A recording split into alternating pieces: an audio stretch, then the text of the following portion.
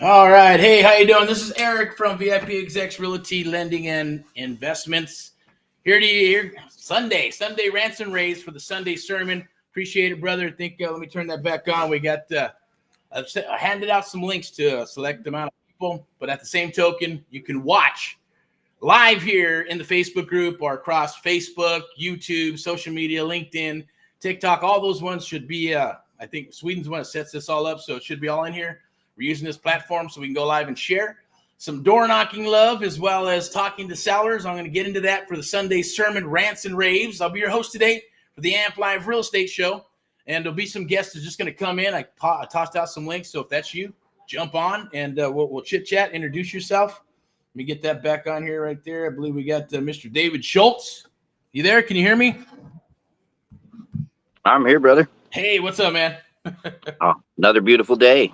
Yes, it is. Awesome. It is a beautiful day, especially if you want to go out and give out your handles. That'd be cool. Anybody else who pops in, we'll do the same thing. But today I'm just going to get into, the door knocking and talking to sellers and a little bit about what we do and all that good stuff. I'd love to hear about what you got going on as well. And we'll leave it just kind of open door policy action and go from there. Love it. All right. So, Mr. David, where you located, man? Where you calling? Where you coming in from? So right now we're actually in Hamilton, Montana, doing a bunch of things. Awesome. And life's exciting. 7 days a week, we don't close. Yeah, man. I think I was watching. What was it? Well, there was a show. I don't know. It's probably not Montana, but where the heck is where's that Yellowstone show supposedly supposed to be? Was it Montana? Yeah. So you're gonna laugh when you hear this. Okay. So Yellowstone is actually the Dutton Ranch in my hometown of Darby, really? Montana. Yep. No way.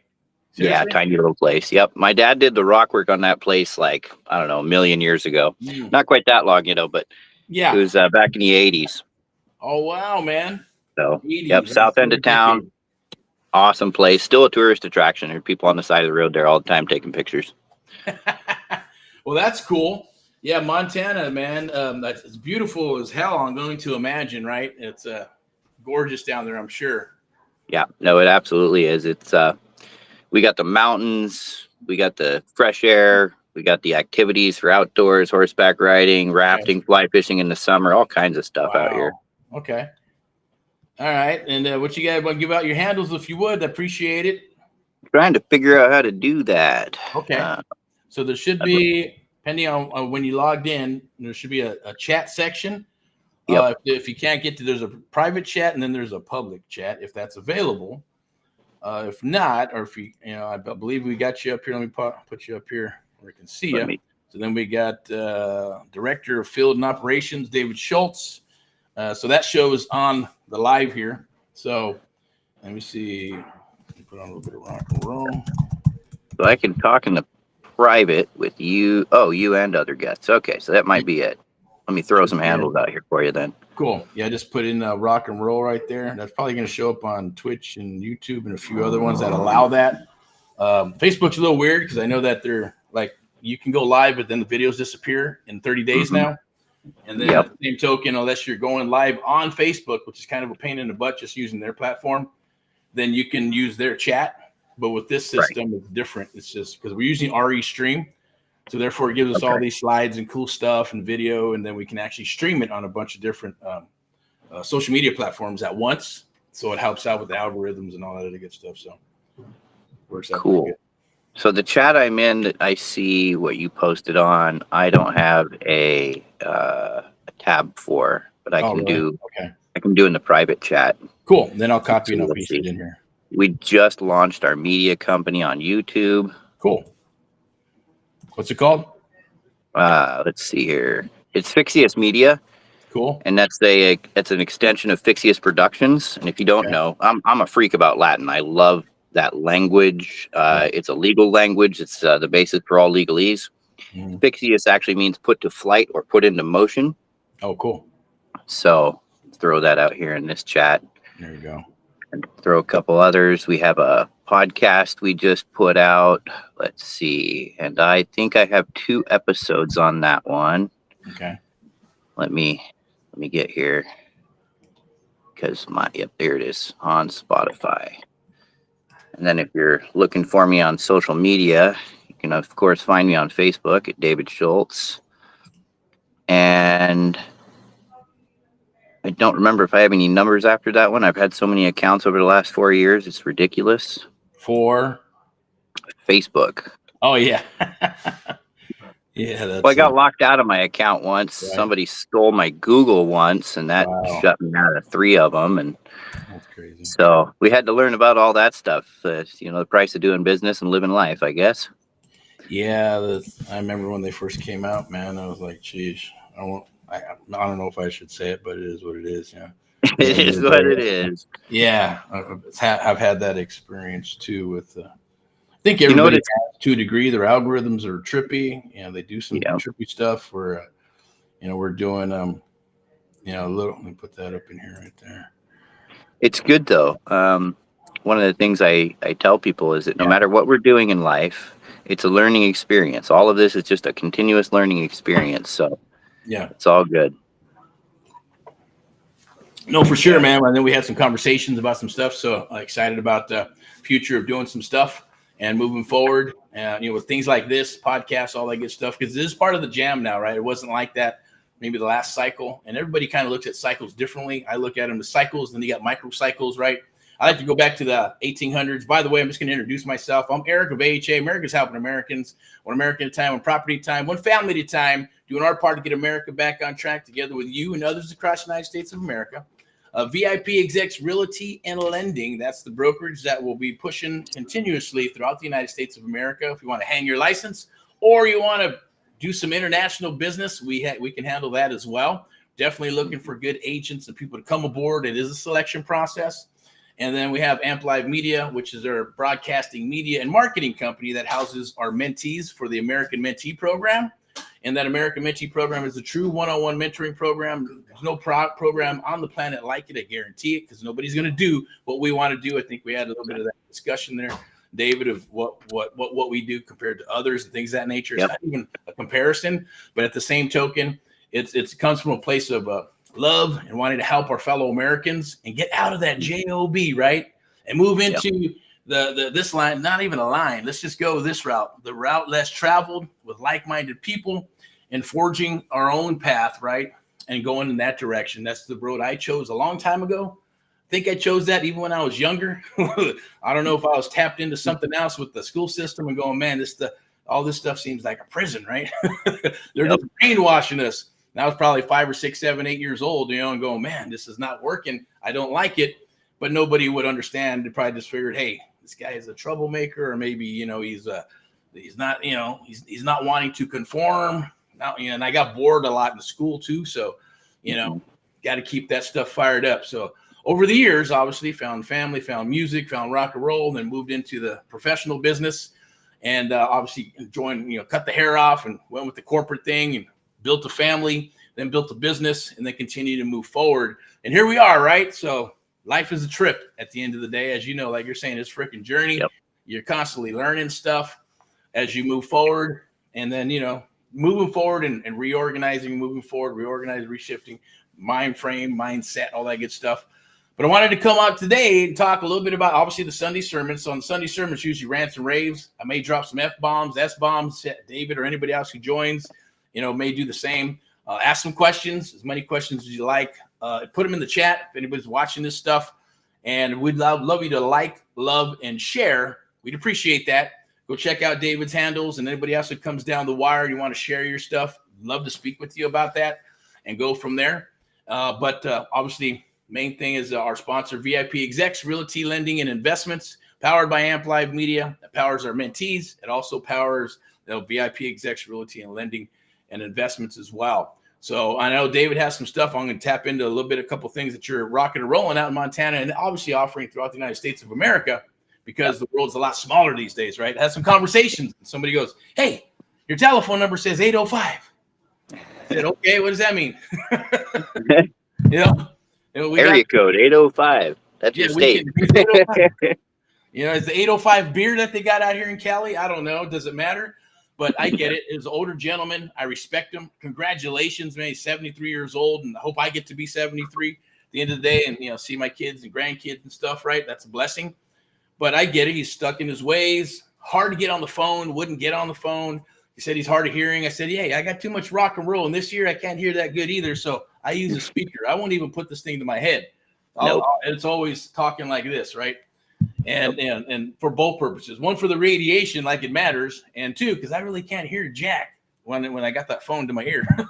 So just do the speakerphone. But he wouldn't get on the horn. I get it. And, but what I wanted to share with you about that older gentleman, 73, stuck in his ways and all that good stuff, is that, I guess thinking about that, I don't know about you, David, and I don't want to get it all philosophical, but it is a Sunday sermon, Rants and Raves, and the Amp Live Real Estate Show. And I know we're going to be tapping into some of your stuff with the podcast. That's going to be awesome, pushing and sharing your stuff as well. But when you get to that age, can you imagine? There's people living to 70, 80, 90, 100 years old. And I'm at my age. I didn't think I'd probably, knock on wood, right? Ooh, I'm here because of God, right, brother? You carry a plank in your pocket. Right. Make it from something antique, one of those ships that actually made it across the ocean back in the day. Oh, geez. Yeah, no. Yeah. That's a good analogy. But, as far as what you're doing and stuff like that, I'm going to talk a little bit about what we're doing with the door knocking thing. That is new, but it's old school and new school, and also how to talk with sellers. We had that little conversation as well. I believe, the different ways of talking to sellers, what's out there, what's unique, what's different. And I like your blend on what you're saying and how you got mentored and coached as well. This is in line with how we mentor and coach, right? Which is like what I like to call high trust selling and straight line selling. Put them together, we call it the Amp Live method, right? Or art of the deal, whatever you want to call it, no puns intended. But it is based on psychology, tie down, sales 101, providing solutions for people. And yes, like you're mentioning before, listen, and then provide those solutions, befriend them, right? It's really got to come from the heart. If you're just there for money and saying, hey, I just want to hurry up and try to do a deal, you're not going to get any deals. And the deals you do get, they're probably going to fall apart, or you're not going to have happy clients, right? That shit's just going to keep piling up on you. Would you agree with that? Yeah, no, at the end of the day, people got to realize that your finances are not attracted to desperation, right? So, and people smell this on you. They don't even know that that's what they're doing. The number one thing that I go through with people in personal development at its core in business leadership is when you figure out who you are, you become magnetic. And the reason is because you carry a confidence about yourself. And that is what sells. So when you show people genuine interest, because that's what they want. People want to know that they're heard, that they're seen, that they matter. Those three things, that's it. Yeah. So if you can incorporate that into your deal making, and you're coming from a place of service and making an impact. I think I just put something out on my Facebook right before this when you sent me that link. Cool. And I said, your finances are in direct proportion to the value that you put in the marketplace, period. Right. True. So people got to realize this. You go out here and you serve, you're going to do a lot better. You go out here to try and fix your situation. I personally have not seen the evidence that shows you're going to fix your situation that way. So the biggest thing is to find out what you can do to serve, how you can solve a problem and solve it. And honestly, the most money you can ever make is in solving rich people's problems. So get where the money's at. No, for sure. Yeah, I talked to another gentleman from Texas, and he was like, hey, he turned me on to some spots that I didn't know about. It's kind of where the old money is in Dallas, right? And that was his thing. So I got a business. Maybe you can help me out with what I'm doing here. Maybe, help me get into these other markets. And he's been in those markets too. But there's like certain sections in Dallas where there's old money, right? But he said, yeah, I want to work with them because I want to serve them because they got money, right? And provide those solutions to them. And I said, okay, cool. No problem. Sounds good. And all that good stuff, right? But I think we talked about my pet peeve is like, hey, we're doing business. It's a people business. Let's get on the horn. Let's chat. Let's see if we're even going to go past because you can text only tells you so much, right? It's impersonal. It gets lost in translation. Email's the same way. You can do a Zoom. It's a little bit better. It's obviously better than a phone call. You see a face, but a phone call, you can kind of listen in, hear the inflections of the voice, what they're about. Are they, are you a priority, or they're like doing something else while you're doing stuff? Are they truly listening? Or are they giving you the MLS thing? Not the MLS thing, but the network marketing. Hey, I got to go. I got so many calls. Okay, cool. Then when's a better time for you, right? Let's get it on the calendar. That's how I work. I work best by calendar. unless create we're going back and urgency. forth, or I got a good vibe like you, right? I was like, man, you know what? Some people send me links. Hey, can you get on my calendar thing? I said, man, I don't do those things. No. Just here's my number. Give me a call. Tell me when it is. We'll put it on the calendar, your personal calendar, my personal calendar, and let's go. Very rare I'll do one of those calendar links to lock up a time and an appointment. Yep. There's so many of those. When you do enough of those, you forget about them, and it's not as personal, right? And we're in this business, is networking, right? It's real estate. You want to do deals with people and people with money, like you said, rich people, millionaires, billionaires, just regular people. That's our cause and mission, right? To get you out of that JOB and get you rocking and rolling in the 100%. Business of real estate. So, get on the phone, and that's kind of weird. Maybe I'm thinking because it's fall, right? Holidays, people are a little burned out, not burned out. Maybe they're getting a lot of calls. Maybe they're getting a lot of, I guess what I'm seeing, right? Get on the phone, it's waste time. Get on the phone, it's waste time. No. Instead of 20,000 text messages, right? We can have a 3-minute call, see if we're going to do business or not, right? You like me, I like you or not. The golden rule, positive mental attitude, treat others as you'd like to be treated. If it works out, great, right?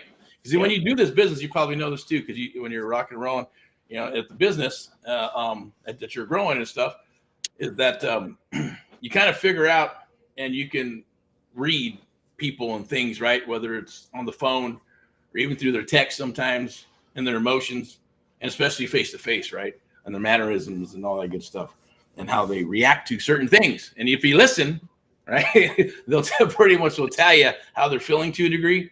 And that's the thing with real estate. That's part of our process, right? How we're reading people, not to manipulate them, but to figure out, hey, how do we cut out all the noise and figure out how we can help you by asking those open-ended questions, asking questions 2 or 3 times over, right? For them to drop that wall, know that we're here as an ally, also knowing that, we don't have to help you. We can go help out your friends or not your neighbors, or even if they're not your friends in the area, because there's other properties that need that help, or they're in foreclosure too. Can't tell them who that is, right? But at the same token, we do the takeaway. We don't have to buy your house. We're not desperate to help you. We're not desperate to buy your property. But so then that kind of drops their defense to a degree, going, well, also it is a psychological type of mental thing where they're like, what do you mean my house is not good enough? I'm not good enough to buy my house. Why? What's wrong with my house? You know what I mean? Or property. And so those are, but those are based off of when you're going through the motions of working. I hate to say pitch, right? But there's a rhythm to it, right? I always relate things to music, right? Music, it connects to the soul, it moves, it dances. Same thing when you're working with a seller, right? And so at the end of the day, you want that contract, you want to be able to help the seller, then you want to help the investor or buyer, and then obviously I always say for us, we always get last. We're last on the totem pole, right? Take care of the client. If there's investors involved, take care of them, and then we're last on the totem pole to get paid and taken care of at the end of the day, and keep it as a true win-win situation, right? And that's what I found has been best, especially when you're at the door too, right? You're knocking on the door, you're talking to people. Now, I know not everybody does that. I'm not gonna lie, David. When I first got started, 2 things did not want to do: cold call or door knock, right? That's not me. I said I need to build a system where I got sellers calling me, and then I need them to jump through those hoops to vet themselves with a longer form. Because I've been at it with internet marketers and all kinds of stuff. Oh, the short form works better. No, the long form works better. No, the short form works better. I'm like, they're both 50-50. You do the short form, you still got to get the rest of the information. You may have more leads, but now you got quality over quantity, right? I'd rather have quantity over quality than let the systems nowadays work with the quantity, right? Until they raise their freaking hand, say, I'm interested now. Because you got something. You got AI, or you got text, you got follow-up, right? They got systems for that now. But at the same token, talking to those sellers, they're going to recognize the AI stuff, right? 100%. Probably a certain amount recognize. I know when I get some calls like that, I'm like, oh, this is AI. And even when sometimes we're chatting in the DMs, they think maybe because I respond like a robot, right? Because you got to love those people that are using ChatGPT, right? With that? Like, you got to love those people that are using ChatGPT, Yeah. For all of their like deals. Like I get people that send me something like their proposal for loans, and Okay. I take one look at it, and now I've started actually sending them back, bro. You need to learn how to use ChatGPT. Edit this, because Oh, that's funny. you take one look at this and you know that you put a bunch of stuff into ChatGPT, and Yeah. ChatGPT gave you a proposal for your lender. That's not professional, right? And most people are going to look at that and be like, well, why would I even do business with somebody who's going to use ChatGPT to write everything for them? Like, be authentic, be yourself, right? It's because it's about Right. the relationship. And you can tell with tonality once you start talking to people more, once you start door knocking, like you said, you're actually getting into the game, you're learning, you're experiencing this. You can tell a lot by tonality. And you Right. can tell when things are starting to go the wrong direction. If you know what you're doing, you can bring them right back around by creating that importance, right? Because you're important, your time matters. You get that into them. Now they're to break down that wall, and they want to come back all of a sudden into the conversation about it.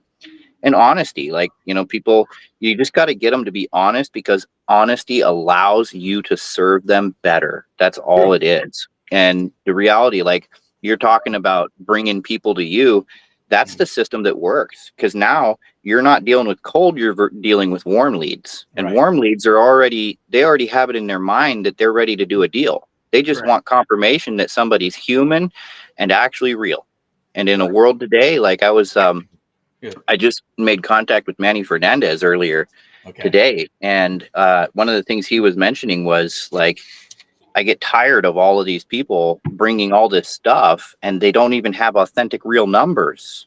They're Oh, just, they go off of what the realtors and the sellers say things are, yeah. You can't and do that. so they're not bringing them real numbers. And he's Yeah. like, it's like wading through the mud just to try and find a small spot of clear water. I'm like, that's Yeah. 100%, brother.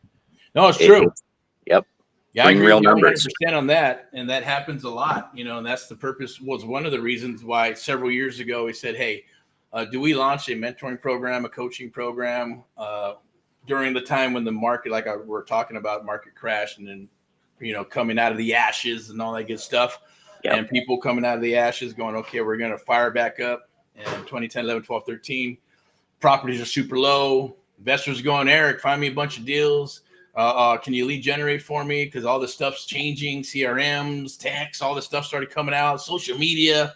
And the older dogs are like, oh man, just give me a deal. So I can do that for you, but I'm not going to do the other stuff. Although, as you can see now, there's a big market for the pay per lead thing, right? Because you got Yep. all these companies that are running campaigns, and then they're going, here's the leads, and they're selling leads to investors, right? And then there's others that are running data, plugging in an ISA, handing it over to an agent and going, give me 15-20% split if you close it, right? So that's a lovely model for them at the end of the day. But when I got started, I was like, and even my boss and my wife, who's our broker record and all that good stuff for VIPeXecs Realty and Lending, my partner, she's like, you should have did that lead gen stuff a long time ago. I said, nah, that's not what I was about, right? I was about, hey, let's do deals, let's network. And then if we do take on people, let's be super selective in who we bring on, just like a brokerage. I don't just want to say, hey, you're a body and you can join the brokerage, right? Or you're a body and you can just join the team. Because then I've been there, done that. When I worked in the corporate world, you hire people based on their skill sets. Are they going to show up? Are they hungry? Do they want to move into management? Certain ones going to rise to the top. And there are some companies just hire anybody, right? If you hire anybody, that's for a bigger company, right? But even then, they still got a lot of turnover. Costs them a lot of money. They figured that out too, right? So then you bring in videos and all that good stuff. But what I'm trying to, share with everybody out there is that for us, it's selective. We want to be very selective who we're dealing with. So it cuts out a lot of the noise. And when somebody's like, look, I'm here, I am ready to go. They can punch their way out of a paper bag. They can follow directions, right? Have a leap of faith, right? Take action. And I know for a fact they're going to execute and get something done. That's why we want to been holding off for this door knocking stuff. Because one, like I said, I'm not a door knocker. I don't like it. I don't like making cold calls either. I want sellers to call us, jump through the hoops, and know we got a hot lead. Then I know based on my closing ratios, I can push them to the point, or at least guide them to the point of us helping them out, right? And if we can't, it's okay. We're going to take away a few times. We'll share all the numbers like you're saying before. These are real numbers, right? And that's what the industry and some of these wholesalers need to obviously learn is don't go off of what the agent says. Don't go off what the seller says. Go off of what you need to do to underwrite a deal and then serve it up to someone like David or myself or someone with experience to go, okay, I like that. Because I know when I got started, I put a whole prospectus together, man. All the pictures, all the here's if I were to fix and flip this is what it would be, and here's the profit margin. But by no means, I'm not an attorney, I'm not a bookkeeper, I'm not a financial analyst, I'm not soliciting you in any particular way in a Security Exchange Commission BS, right? To say, look, that's just what I would do. But if your numbers are going to be what they're going to be, your money's going to cost you what it's going to cost you. We can figure it out. If you like the numbers as they are now, boom, let's work a deal. Then we'll massage it. And then that's when we start create the A-list, right? VIP, you want to become a VIP buyer. Here's the A-list, serve you up a deal. And then like me, I don't want to go to cattle calls. I don't want to say, hey, compete with a bunch of investors. Send it to me first. If we make an offer, let's do it. If not, that's okay. And I'm not into the bidding thing, right? So I said, and I take that back all the way when I got started. Same thing. So look, people would say, no, I don't want to bid for a deal. No, just send it to me first. I said, I'll tell you what. And that's how the A-list was created, right? Send you 3 deals, right? You get 3 deals. First one's coming down the wire. All I want you to do is cut a check. If you cut a check, it is yours, right? That's it. What do you mean? Yeah, you just cut a check. Well, what if somebody comes in with a higher amount, $15,000, $20,000, $30,000 more? Don't matter. You're just going to have to trust me that I'm going to give it to you because you wrote that damn check. I want to build a relationship with you, and I want to prove that to you. So they would, that's how it was started formulating. And I go and always have here's the pitch kind of goes for the A-list. It's like, look, I'll give you 3 deals, and I'll send you that first deal if it's in your buying criteria, because obviously we're vetting the heck out of the buyer, making sure what their net return on investment is, what are they looking for, what type of properties, how many properties can you do? You go in cash, money, hard money. I'm talking a little faster. This catch up. If you can, right? But at the end of the day, you can go back and forth and watch the video. But we'll be dropping some pro tips today. So basically what we do is and move forward with them. And if they would write a check, cool. If they didn't write a check, I tell them, hey, here's another deal in the prospectus. It's going to work out. It looks good for you. You're going to make some money off this one. Whatever the profit spreads are for that investor. And then if they bought it, cool. If they said no, then we give them the last one, the third one. And if they didn't purchase that, I would always tell them, look, okay, this is what's going to transpire. I'll give you 3 deals. And if you don't purchase the third deal, we're going to move you off of the A-list and we're going to move you to what's called the B-list. It's like the second page of Google, right? Nobody goes there. So you're not going to get any more deals from us. And that it doesn't mean that we're being jerks or having an ego. It just means this is not probably a good fit, right? And how you get back on the A-list, I have no idea, right? But the bottom line is that there's no bidding. Just write a check. If you write a check first based on what we have, and I've had that people come back, go, hey, you still got that deal? Yeah, no, or yes. If it's there, then yes. If it's no, then be like, no, it's gone. Are you serious? Are you just messing with me? Is this like some type of like scam or something, or, trying to figure out, trying to push them to, you want me to pay more or something, or what's up, man? I said, no, they already went. Someone wrote a check. I told you 24, 72 hours, it's gone. If it takes a little bit longer, then we're going to move it and say, tell you what, now we'll blast it out to everybody else. That's not on the VIP list, right? And if we don't sell it within a week, then cool. Now we're going to start posting it or wherever it needs to be, out in the general public. And if we sell it, somebody else, great. If we don't, then we're probably just going to take it down, fix it, and flip it, or do something with it, take it subject to. But there's always a funnel and flow, right? Yep. And that's the same thing we're going to be doing with this door knocking stuff, right? It's like, hey, we're gonna get people together here in Southern California, and we have other people, even if you want to, rock and roll that stuff. Well, I don't know about Montana, because you're telling me a couple things down there a little bit different, right? So we're a little bit hostile in the marketplace down here. Exactly, right. I won't get anybody hurt or shot or anything, right? So, but even in Missouri, Kansas City's kind of crazy, right? But it's a lot different now. It's not like 2020 where people are afraid to go to the door and people are tripped out. People are still going to be what they're going to be anyways. There's still neighborhoods, like Cleveland. There's neighborhoods you just don't want to go down. But that's otherwise, for the most part, it's all good. It's all exactly, man. People do it every day. It's happening. Texas, California. Yep. So, but there is the old school and new school. So it's about going and doing that and knocking on their doors. But the way we're going to do it is when we're knocking on these doors, we're going to, hey, we'll hook up There'll be a link down below. You could probably click that link. I'm not sure what it is. Click the link, get on the list. It's to be determined, or to be announced, I should say, as far as the time. We're going to do it on Saturdays and Sundays. You're going to pick a time, and then we're going to meet at a certain location. Then we're going to obviously break bread, have some coffee, get to know each other, and then we're going to do a little training. The training will be the mission is the submission, right? And that's for the ones that have a little bit of experience. If you don't have that much experience and you're brand freaking new, it may take you a little bit of time. It won't take very long, though. It's just going to be getting an appointment, right? What you need to say at the door, who we are, what we're about, what we're here to share, how we're here to help out the freaking neighborhood, and how you're going to be talking to people. And then you're going to put either some marketing that we have on their door or a Post-it note or whatever, and then make some notes. Yes, you're going to have your phone, and we're going to track these leads where you go. In the beginning, you may be shadowed by someone on our team until you're able to just go, hey, give me my 10 leads, and I'm going to go knock on those doors, or 15, 20 leads, whatever it is, and do what you need to do to get an appointment. How people will get paid, earn and learn, right? They're going to get paid. They're going to be able to know what to say at the door. And I'll give you a prime example. We had a mentee. Her name was Patience from Temecula, California. Got her flyer out, Americans Help Americans flyer and all that good stuff, buy houses and all that good stuff. She goes, hey, you know what, though? Having a hard time when I'm going out here. People aren't opening the door. Or when I'm at the door, I'm kind of like, blah, blah, blah. I got a bunch of marbles in my mouth. I don't know what to say. Can you come out with me, please? I said, look, it's not my thing, Patience. But, hey, you signed up. I signed up. We kind of went through the role. If you're having a hard time, I'm going to be over there in Colton, California, right? And I'll go with you. I'm not going to knock on every single door. Just knock on a handful. You got it covered, and rock and roll, move forward, right? Because we are papered up to split deals and all that good stuff. So she knows the jam. She just got stuck. So we're knocking on doors, and we go to this one door, knock, knock, knock, knock, screen. It's all black. Can't see anything or anybody on the other side. You hear the dog barking and all kinds of crazy stuff. Mm-hmm. And we're like, hey, how you doing? This is Eric from Americans Helping Americans. This is my associate Patience from Americans Helping Americans as well. We're just in the neighborhood. Sharing some stuff with you. We're buying properties in the local area. We noticed some fixer-uppers here and there. Not like your home. Your home's gorgeous. It's awesome. We wanted to just kind of give you this flyer and kind of share with you if you knew people who are interested in selling their property. We're buying properties cash, this and that. And then kind of told us, and they're like, what do you mean? No, we're good to go. We're okay.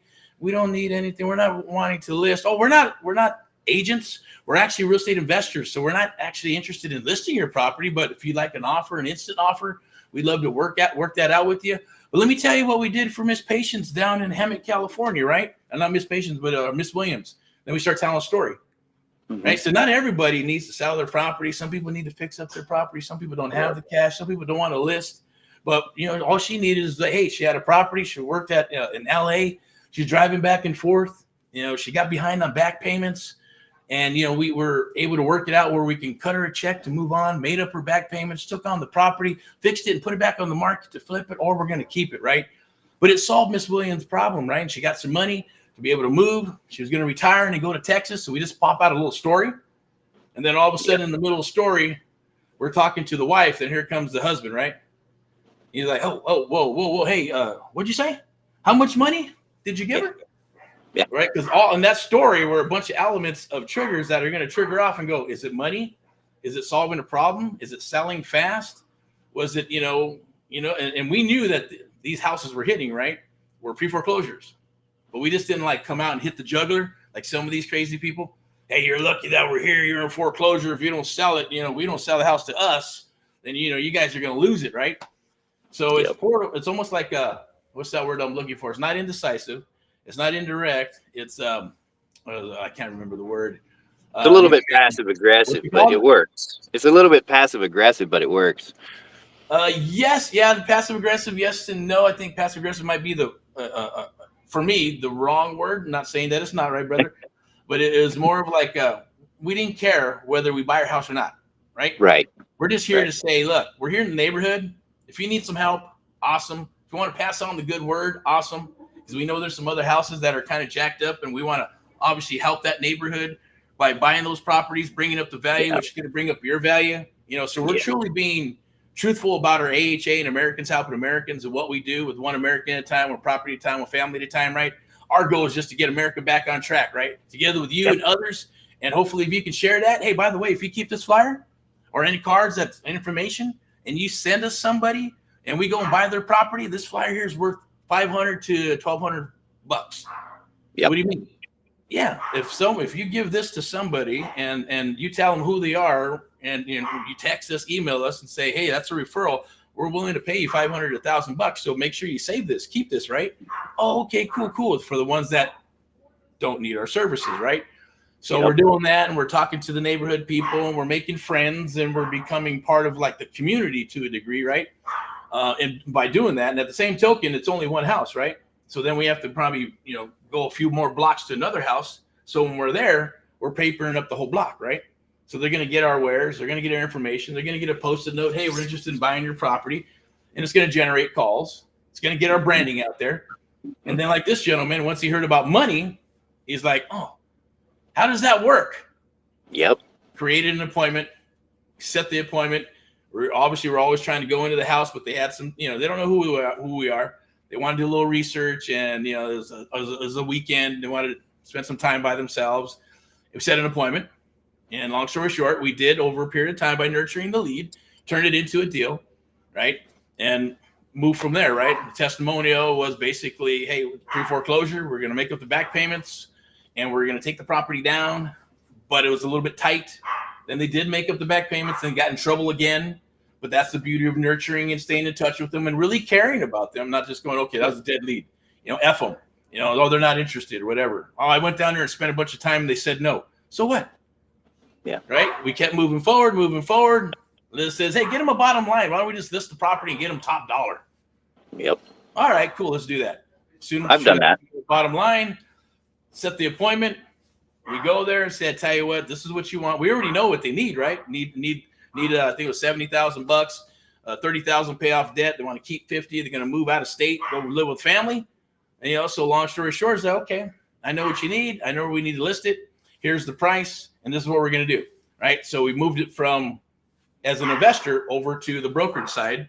So hand it over to Elizabeth so she can go ahead and list it, do her thing, do the open houses, help them clean up their property and declutterize it and all that good stuff with that professional touch and the VIP touch, the VIP execs, right? And then saying, hey, go take off for, a couple, go to the movies. When's the last time you guys went to the movies, right? Oh, man, it's been decades, right? Well, go ahead, go do that while we sell your house. So, you just never know. And that's going to be the same thing with this door knocking stuff. You earn and learn. We're obviously going to be lead generating for investors, stuff that we can take down personally or in any other area. At the same token, if we don't, then we're going to obviously make some friends. But the person who gets the appointment is going to make some money, right? They're going to get some swag and stuff. I'll go ahead and share it with you, right? Of course, you got to. I always say you got to earn it, right? We're not just going to give them out, but we'll go ahead and say, hey, there's, you got an appointment. Here's a hat, and if we close it, you're going to make some money. You do it again, you get a shirt, and and other stuff, whatever people want, as well as the marketing side of things, right? Hey, I want an Amazon card. I want a coffee card. I want some money, right? Yeah, everybody wants some money. Everybody wants some money. Yeah, everybody wants money, right? So we close it up, then that becomes a referral as a bird dog, right? Not this crazy shit where we're going, hey, I want 50% for giving out an address. I want 50% for making a phone call and getting an appointment, right? No, this is one of the things I talk to wholesalers about is capping their percent. Like, guys, you gotta have a cap on things. And I told somebody today, I was like, look, I mean, you don't know this, but just to be completely transparent here with a lot of our lenders, going back to that, we only make sometimes 10% of their 1% if we refer them over to the lenders. We're not making a ton of money on a lot of the things that we're doing. We're doing it because we care, we're helping, we're building the community. And that's what I love about how all this is working, because you want to go full scale, full circle, in-house, you want to get vetted, you want proof. And once you're in there, now you have all the resources right here at your fingertips. So if you need something, you got a deal, you need funding for a deal, you're doing a new construction project, you need a personal loan to get further in a program or whatever it is that you're doing, or you got to fix something. Like, the reality is, once you get there full scale and full circle in your community, you bring it in and you have everything you need. You don't have to go look for it. You build those relationships, and that's the most important. And I've always been a firm believer there's no such thing as a dead lead completely. Sure. Keep them in your pipeline. They could Yeah. come back, 5 years from now with 30 of their friends and solve all of your problems. You don't know. Life is crazy the way it works. So, and it's like, I have a saying here that I learned from my first mentor. It said, I only want to work with people who are serious about working with me. That's it. And so once I have that, we get into things. One of the things I tell people too is like, when you're here with clients, it's kind of like in the public marketplace, a lot of people are like talking to my 5-year-old. He's like, I'm 30 seconds into something. He's like, Dad, when are you going to get to the point? Right. So I always try to be very concise in what I'm talking to people about. Get the details, get what matters. Can we move forward? Or what do we got to do to get you there? Right. And this is something that I really thought was really great. Jim Rohn talks about all the time. He says, Jesus, the master teacher, he had a really great way of getting to the point. He would look at somebody who was looking to recruit as a disciple. He'd say, follow me. That's it. He had a really concise point, right? Right. So I tell people like that's where it's at, is how can you deliver what it is you're doing, who you are, what you're all about, and that I'm not here to do anything that takes away from you. I actually want to give back. And one of the points you brought up really drives it home, man, because people got to recognize investors are different for the community than banks or realtors or agents or anybody else, because a lot of what's going on, like you say, you get a couple houses in that neighborhood, you fix them all up. Now it's nice. It valuates on the MLS to a higher level. Now your house that may not be in the same condition is worth more on the market. So what you're doing as an investor, when you come in, you need to break down the barrier of that perception that investors are bad for business, because they think that investors are just a bunch of rich scumbags in a suit, salesy type people. Break that barrier down and get them to understand I'm here to help. What we do brings more money into the community, and that helps the economy. So that whole Americans helping Americans, this movement is huge. It's right where it's at, and I love everything that we're doing. Awesome, man. No, but you're exactly right. And those points that you just brought to the table are truths, right? And I'm starting to see those. They come and they go, right? And everything everything's like a trend. Things are trending, and then the truths come out, and then it trends, and the truths come out, and it trends. I think if you just something you said earlier when we had a conversation is just moving forward, right? Moving forward, adjust, adapt, and then I say rock. Because a lot of people who adjust, they adapt, and then they perish and they get out of the business, whether they're agents or investors. But investors, even like in the last cycle, 2010, 11, 13, if it wasn't for mom and pop investors, and I said this on some other lives, that if they didn't do what they did and bought all these properties, not the big corporate Fs, you know what I mean? It was the mom and pops investors that went and they saved America, because they did buy these properties. They did put them back on the market. They did bring back the economy based on doing that, right? And not just giving people homes, but selling, and then obviously bringing up the values of the properties in the area. Not corporate America, not the government, right? It was mom and pop investors.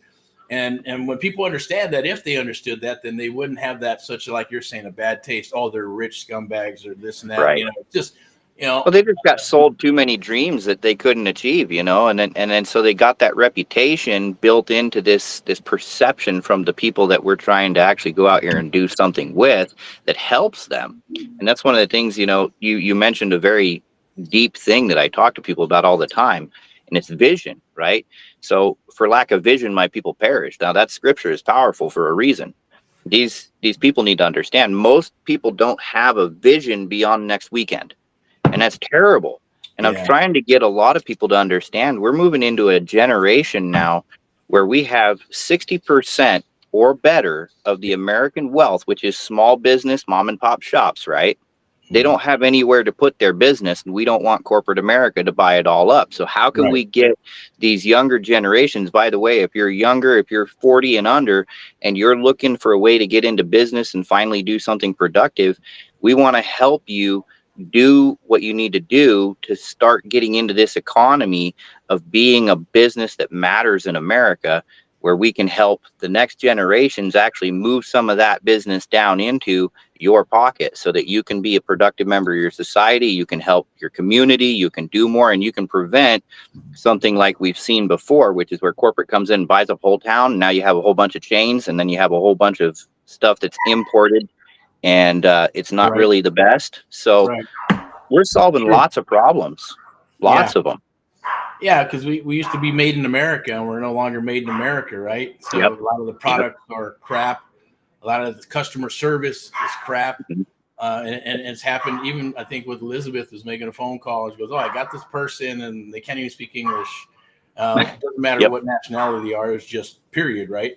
And then that's like at the location where you're trying to do business. And then they say, "Well, you got to call this number," and you call this number, and that's someone who can barely speak English, right? And you're going, "Well, what about made in America, right? What happens by having Americans here, American products?" And that's my big thing too. It's one why you see the Americans How Americans in the back, and then VIP. These names come out for a reason, right? Americans How Americans was just something that started several years ago. I wasn't the cliche guy about all the flags and America and all that good stuff. Although, I'm not gonna lie, I'm an American patriot. My father and my uncle were in the military.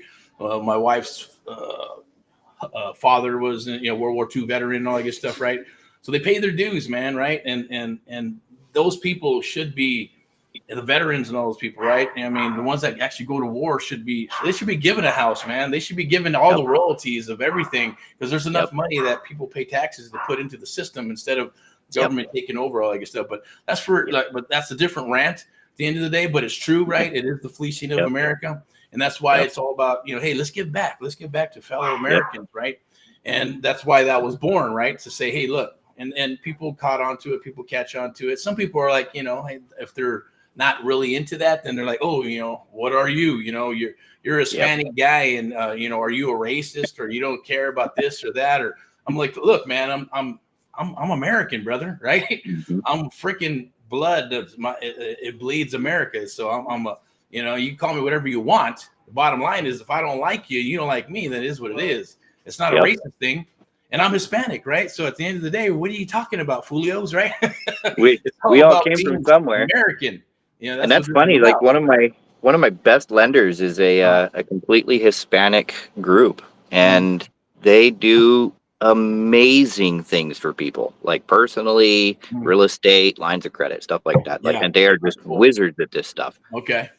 And I tell people all the time, like, you can't judge people just because, we're all so different. My family's all Norwegian migrants. I'm second generation American.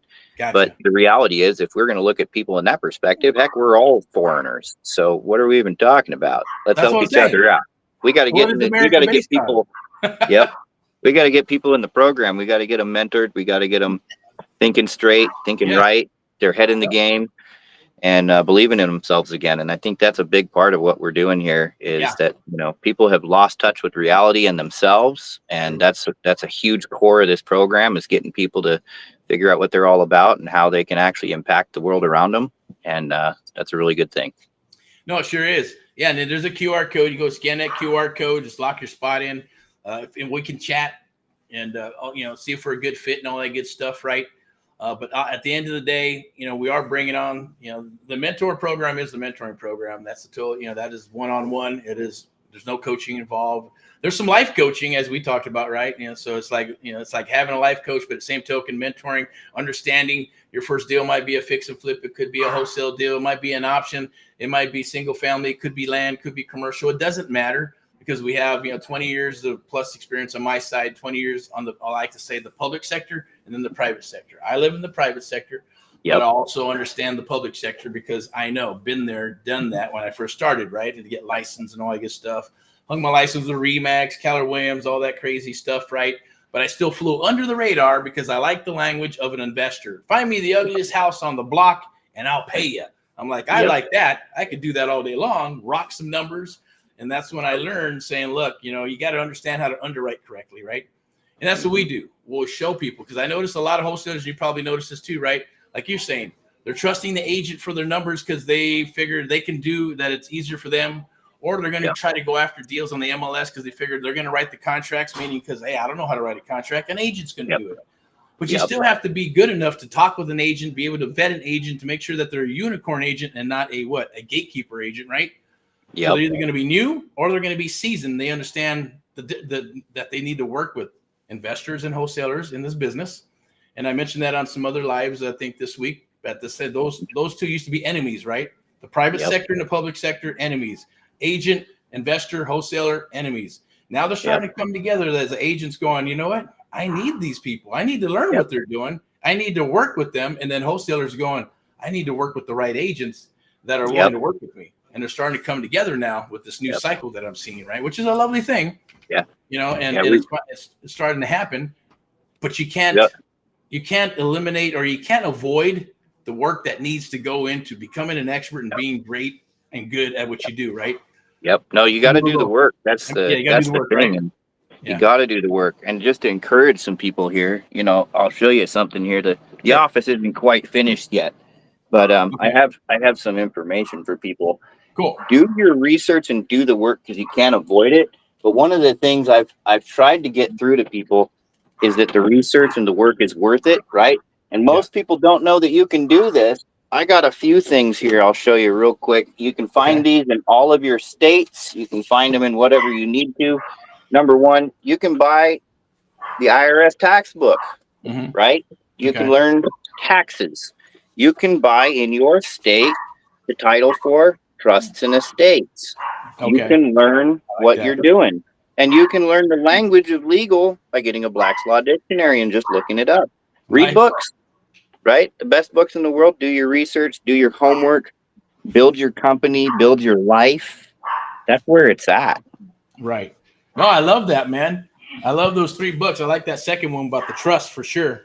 Yeah. Estates, trusts, and fiduciary relationships. That's powerful stuff. Yeah, that's amazing. And that's the thing we do. I know some people do it, some people don't. I get it. But when we're mentoring others, we like to put all into a trust for legal and tax purposes. As we say, right? I'm not a CPA, I'm not an attorney, I'm not a financial analyst, not a bookkeeper. So it's just for entertainment purposes right here. Full disclosure, all across the board, right? But at the end of the day, that works for us, right?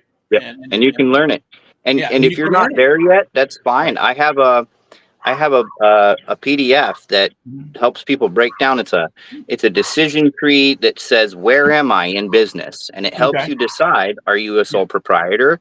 Is that what's best for you? Do you need an LLC? Do you need something more complex? What do you need? Right. So I have a PDF for that I show people. And it's really simple. Just decide what you need. You might just decide a simple LLC. Or they can get a hold of you at the social media here, or if you want to drop your email, I can put it in here, and then if anybody wants it, can get in touch with you and you can get it to them. Here's what I'll do too. I'll just leave a link to my shop. They want to go pick it up, because that's probably the easiest way for them. Okay. And what they can do, let me make sure I get the right one here. Here you go. All right. But yeah, they can just go pick up some PDFs. Like I explain LLCs. I haven't gotten into anything deeper right there. Like the company that I'm with, we work in a corporate structure. We get corporate privilege. I didn't know what that was. It's a higher tax bracket. Like people don't understand. I'm in the private. I don't make money. I don't pay taxes. I don't own anything, but I control it all.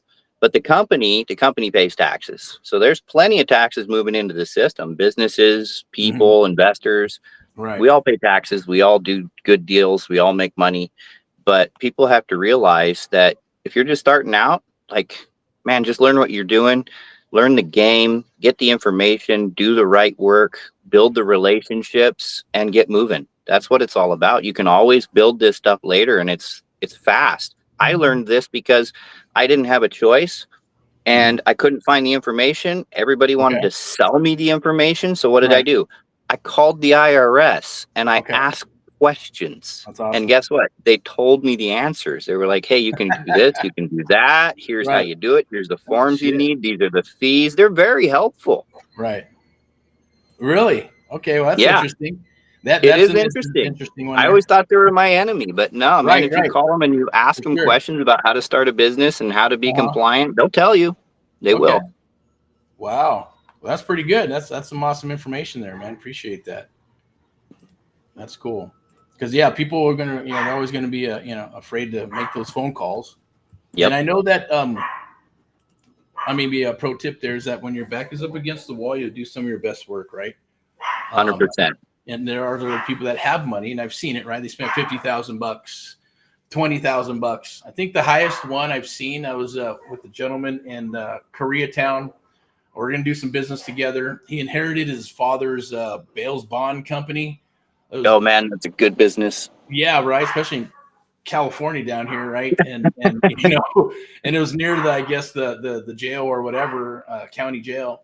And long story short, right, he had his office, he had his people, he was getting ready to take off on some type of I think training, but also while he's doing his training, he had some, I guess, people he had to pick up, right? So he has a gun and all that good stuff. He's going to track them down and go pick them up because they jump bail or some crazy stuff, right? But violated your bond. Huh? Violated their bond. That's where that term comes from. You know, your word is your bond. That's where that comes from. Okay, yeah. So he violated the bond or those bonds, and he was telling me, "Hey, man, you know, how can we work together?" And it was right on the street where there's like tens and thousands of visitors going back and forth. I go, "Man, why don't we work together? You got some windows here. Let's put some, you know, Saturday House Fast stuff here, and let's partner up and figure out how we can work together." He goes, "Well, you know, I'm going to this seminar. Can you check this out for me?" It is a 1-page contract for $150,000, right? They're going to teach them how to invest in real estate. It was a 1 freaking day seminar. What? I'm not lying. Because I talked to thousands of people. I hear, you know, $500, 5,000, 10,000. See, I've talked to these coaches, man. They're out here selling like a 2-page PDF for $80. I'm like, you know what? And I read it and I'm like, this is ChatGPT all day long. Yeah. And people are doing that kind of stuff. And they're like selling business structures without complete information. They're doing all of this stuff. And I'm like, man, somebody has got to step in here. If you know stuff, let's talk. Let's get together. Let's build it. Let's get it out there to people because that's value the marketplace doesn't have. It's called the truth. Yeah. And they need it. No, it's true. And that was the problem that I kept going in when we started, you know, the coaching program, mentoring. I like to say mentoring. I never say coach because it's not really coaching. It's true mentoring. It's one-on-one. Yep. You know, it's not going to watch like, you know, 6 weeks of videos and PDFs and Facebook groups. I get all that stuff is great when you're at that point, you know, but then when you're ready to scale up, you need more and more to be able to take your business to a new level. Right. So that was the whole birth of how that all transpired. But it was crazy when I seen that because that was the highest that I've ever seen. You know, after talking to other people, hey, I spent $50,000 for this. I spent $26,000. We had one mentee come aboard. They spent $26,000 to get their whole system set up, CRM and things of that nature. And that was it. It was just watch the videos, and you got someone who's going to call you to make sure that you watch the videos, right?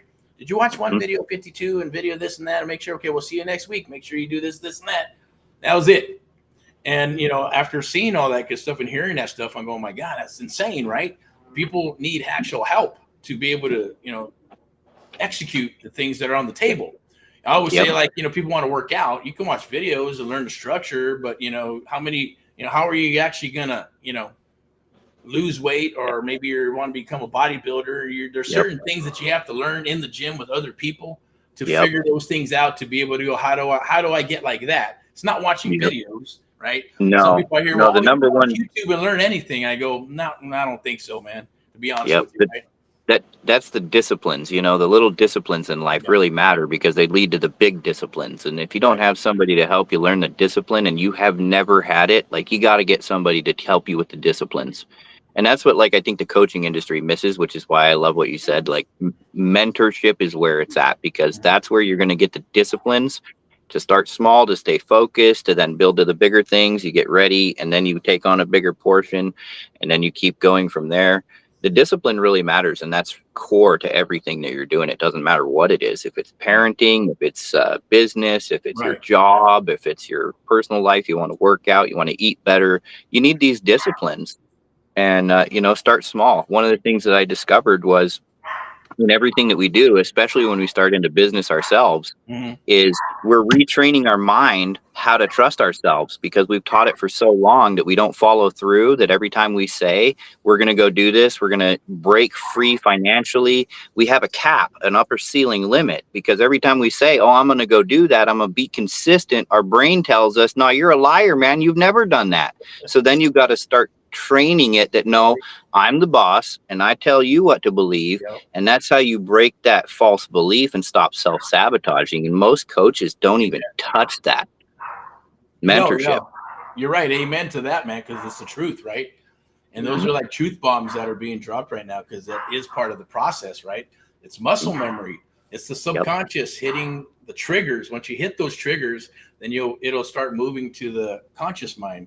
But a lot of times, if you don't hit a trigger or have a trigger, like you're saying, then, you know, it's never going to make it to the conscious mind, right?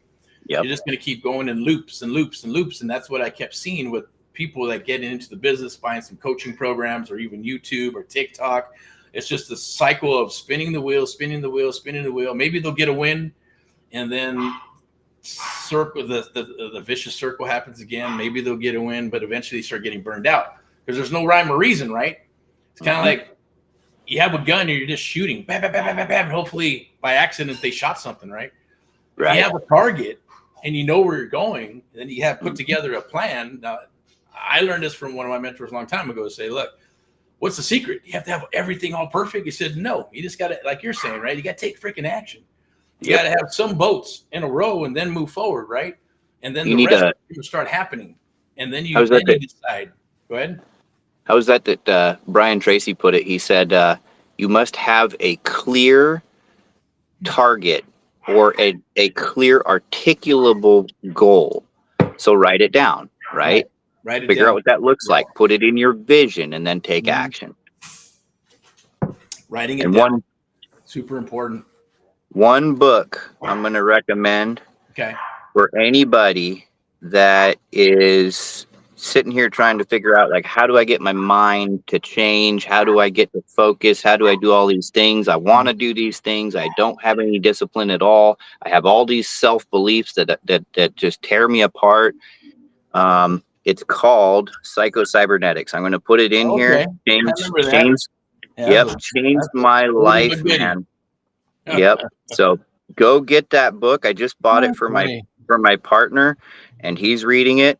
And I'm telling you, it changes everything. You're going to learn how your self is actually in charge of this supercomputer called your brain. Right. And that is also what is created and designed like a laser guided missile system. So once you can lock it into a belief, like I believe what I believe and you believe it too, that's what's going to happen. It'll start helping you subconsciously navigate through all these issues while you take action. You won't even know about it because you believe in this, right?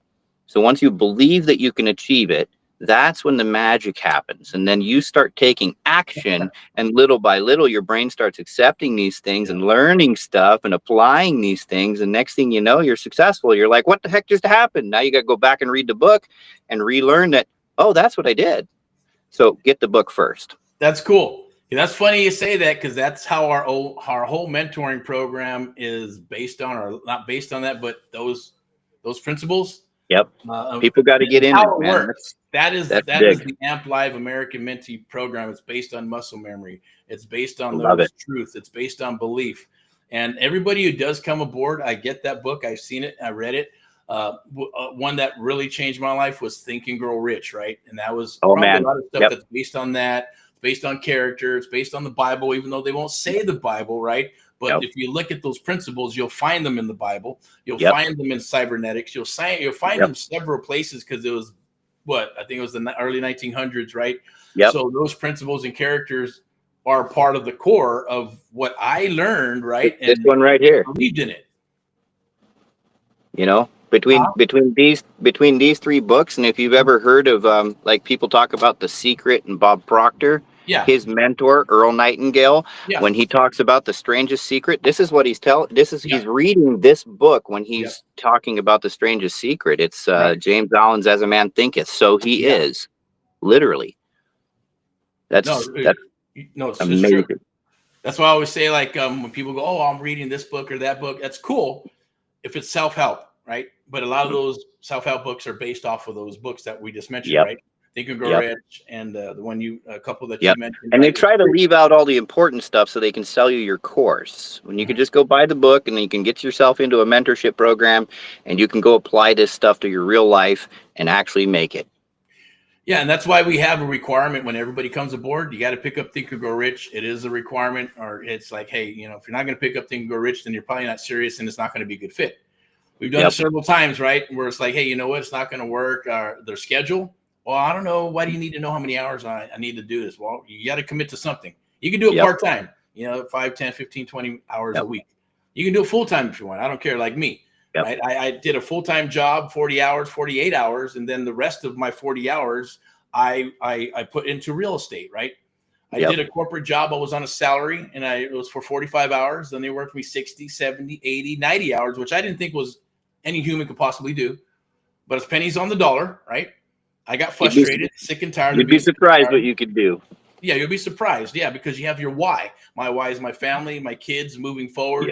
Wanted to get out of what I was getting in that, of my prior, generations before me and stuff, just to break that chain, right? Everybody wants to break the chain and become successful at something and have some money and have some freedom and build a legacy, right? Is what I hear over and over and over from people that I talk to across the United States of America, right? That was my goal. So it's a parallel world. So that's why we have a one-on-one conversation, see if we're a good fit. Do you have your whys? Do you know what you want to do? Have you been beat up in the industry? And then, then we're bringing those things, because I didn't have that when I got started, right? I had to figure it out. Yes, my back was up against the wall and I did some of my best work, right? Took a long time. But a lot of stuff you're saying, I wrote stuff down after I went and did a pitch on a seller. What did I do? I sat in my car for an hour and a half to go through every little piece in my head, like a recording, to say what went right, what went wrong, what can I change, what can I do better, and then document it. Like you're saying, I documented, I'd write it down, I type it up, and I put it into I guess now people call them standard operating procedures, right? Right. SOPs, right? Oh, so we got some of those. We got some of those. Right. Operating procedures and rules we live by. Exactly. But it was all based off the book that I got several years ago, from someone that I wanted to be on their team, long story short. And they said, hey, you got to read the book. You got to buy it from me. It's $5. I don't have $5. I'm giving the micro version, the Reader's Digest version. I said, look, I'm here to make some money. Well, I said, go sell and you buy the book and I'll leave you on my team. If you can't buy the book, then it tells me you're not coachable and you're not willing to do that. So I don't want you on my team. So I'm like, shit. All right. So I went and made some sales, bought the book. And maybe I'm a slow learner, as I always tell people, right? At the end of the day, it took me a long time. I'm doing the corporate job. I'm working. So I finally got moved to a location where I was sick and tired of being sick and tired. And then all of a sudden, as the book says, right, when the book starts recognizing you, or you start understanding the concepts in this book, go crack open some champagne if you drink, right?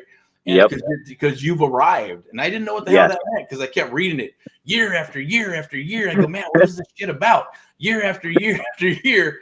And then finally it popped and I go, oh, the aha moment, no pun intended, from AHA, was aha moment popped in my head. I'm going, okay. Then things just started rolling and moving forward. And then, of course, there'd be some roadblocks, but that's where God was testing me and saying, are you really prepared for this, right? Are you really, do I let you go? No. Are you serious about what you prayed about? Exactly. Seriously. No, That's all it is. To the Trials are just that. Right? I mean, we got to remember, I like to tell people the story of Joseph all the time, because it's like, I mean, God tested him, but if you think about it, you look at, everybody knows the story of how Joseph was in charge of Egypt. But very few people talk about the fact that before that happened, his brothers sold him as a slave. He ended up in prison. And then somehow in one day, he went from prison to in charge of Egypt. God's test was like, hey, man, do you trust me? Do you trust me? Do you trust? Okay, you trust me. Here you go. That's what it is. It's true. And we go through that, even with, since I've been through it and others have been through it. And then the mentees start going through it, right? Because they're reading, they're studying, it's muscle memory. Everything I will say when someone comes aboard, David, is that everything we do is for a purpose, right? There's nothing left unwasted, right? So people may think that, why am I doing this? Why do you keep telling me this over and over? It sounds like a repeated robot, because it's being ingrained in their brain and their mind. So eventually when they get that aha moment, right, from the subconscious to the trigger to the aha moment, they go, oh, now I understand why you keep saying that to me, Eric, because now I see it and I feel it. So then it becomes a habit over time, right? And it's worked very quickly because it's based on muscle memory. Think about athletes, think about musicians, right?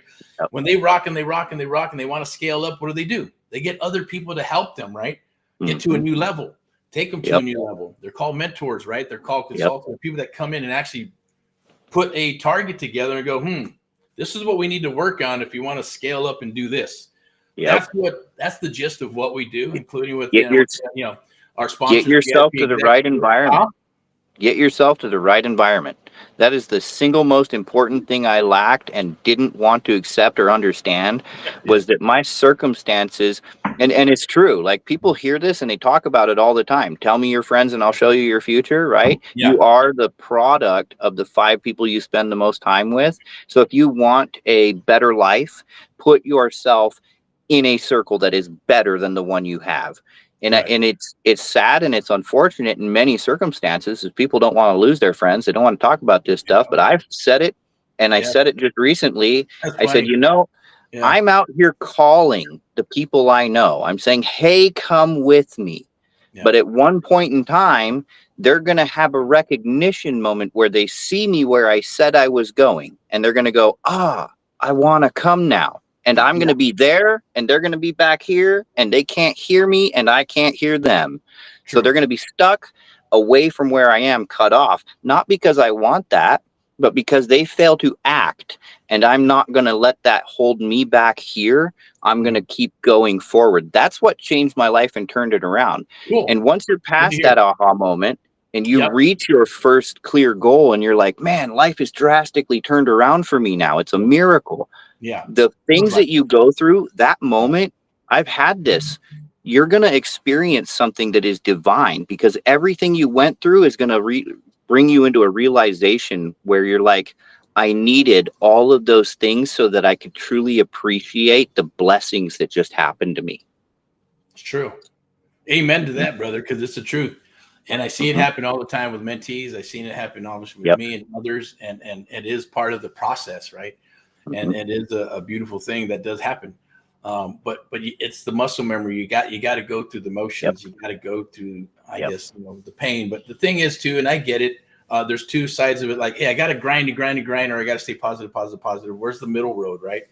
And really, there is no, like I always say, a Staples button, right? People want that Staples button. Want it automatically. They press the button, it comes to you. Like AI and I want to get one of those just so I can smack it, but I want to get one of those just so I can smack it, but it doesn't have any real power. Yep. Let's go. No, it's true. But what you just said is truth. Those are truth bombs right there, and I can attest to that at the end of the day, because I've gone through it as well. I've seen mentees go through it, right? And that's why it's so powerful to be able to have somebody to be there with you, on your side, working with you and building together, right? And I'll say it, real estate's not for everybody. Business is not for everybody. It's okay. It's an acquired taste, right? But you got to at least try, because you only live once. What do you have to lose, right? You have nothing to lose and everything to gain, as they say, right? But it's the truth, right? And I'm telling you right now, brother, like the only thing if there's one message I want anybody that I talk to understand, there is only one thing in life that we cannot bear, and that is reaching the end with regret. Yeah. Go for it. You can fail all your life and you'll reach the end. And if you have no regrets because you tried, you did your best, and everything you did all the time and you were happy, you're successful. Yeah. But if you reach 75, 80, 90 years old and you didn't do everything, all of a sudden you have the realization, like, it's too late now for me. Here I am at the end, and you have regret. That's the only price we cannot pay. Yeah, that sucks. That Can't deal with it. Yeah. Get on it. I agree with you. No, 100%, man. That's some good advice for sure. Now I'm going to top it off with a little bit of, like, you see Miss Elizabeth there for VIPeXecs Realty Lending and Investments, right? Amazing. And that's what it was built for, is the VIP treatment at the end of the day. Because she's been with brokerages. We've all been through it. You join a brokerage and they offer the world to you, and it just doesn't work out. They put in the contract, they're going to do this and do that and do that, and they don't honor it. It doesn't happen. Or the trainings they say is going to be there, and if you get in there and it's older than dirt, right? I mean, this is from 20 years ago. What are you guys doing, right? The ones that are making it are the top 5, because they're already set and they're good to go. And then you jump from first 2 years, if you're new, you jump from brokerage to brokerage to brokerage, right? Until you find a home. And then when you find a home, you'll stick around for a while. If that's the case, usually what happens statistically with the public sector, I always say, right? But, so doing that and going, okay, well, going through the motions and going, well, we'll just build our own culture, have the brokerage And then obviously that's because I think we were saying, or you mentioned it earlier, it's like a boutique. You have all the stuff that you're doing for your business, right?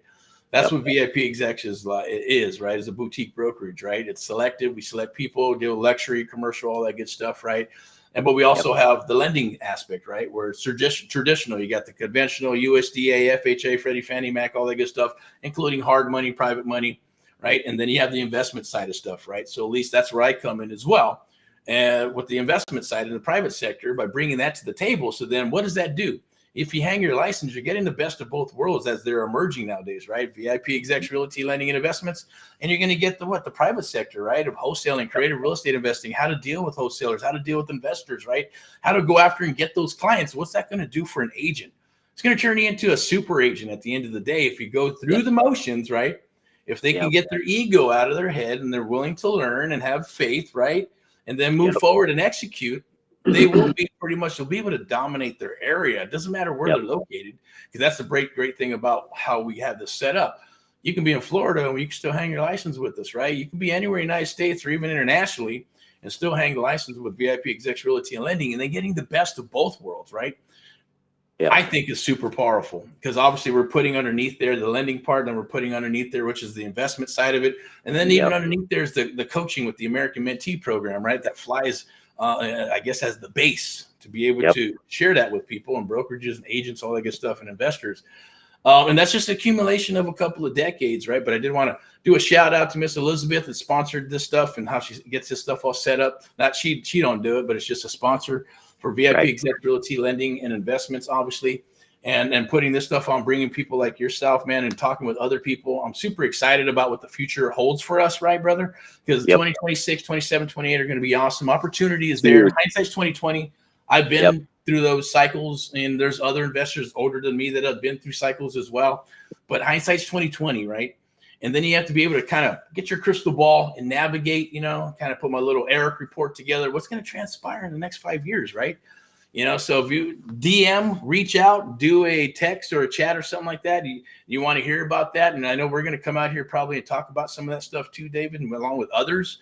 About what's going to transpire in the next 5 years, man, because, it's going to happen again. And it's not doom and gloom. It's just being prepared. And like I'm telling everybody now, are you geared up? Are you getting geared up?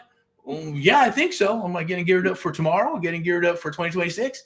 I say just getting geared up for the new cycle it's emerging, and then another cycle is going to happen, because we get those cycles every 15 to 20, 25 years, right? Yes, we do. And we got to get, we got to get in a mind frame of being not ahead of the curve, but with it. We got to roll with it. That's all it is. And people got a lot of stress about that because they don't know what's going on. And it's like, okay, well, talk to us and we'll help you figure out what's going on. That way you'll know, and you know what to expect. And, let's bring you on board, because that's all it takes. Get a little bit of confidence, because now you know what's going on. The biggest fear that people have is the fear of the unknown. So get with somebody who knows. True. Jump on board. And that's funny that you say that, right? That's the beauty of having a mentor. Because when I got my mentor, he had 40 years of experience, right? A bunch of apartment buildings in Manhattan, or was that Santa Monica down there, Manhattan, whatever, beach. And he got tired. I'm not gonna lie, he got sick and tired of getting sued by the Richie Rich all the time. He didn't go through divorce, and then he ended up in the high desert where I was at, just so he can therapeutic retirement with his new wife. His grandkids were up in the high desert. Wanted to be close to them. Got bored. Said, you know what? I'm gonna start buying these houses, fix and flip and buy and hold and lease options, all that creative stuff under that umbrella.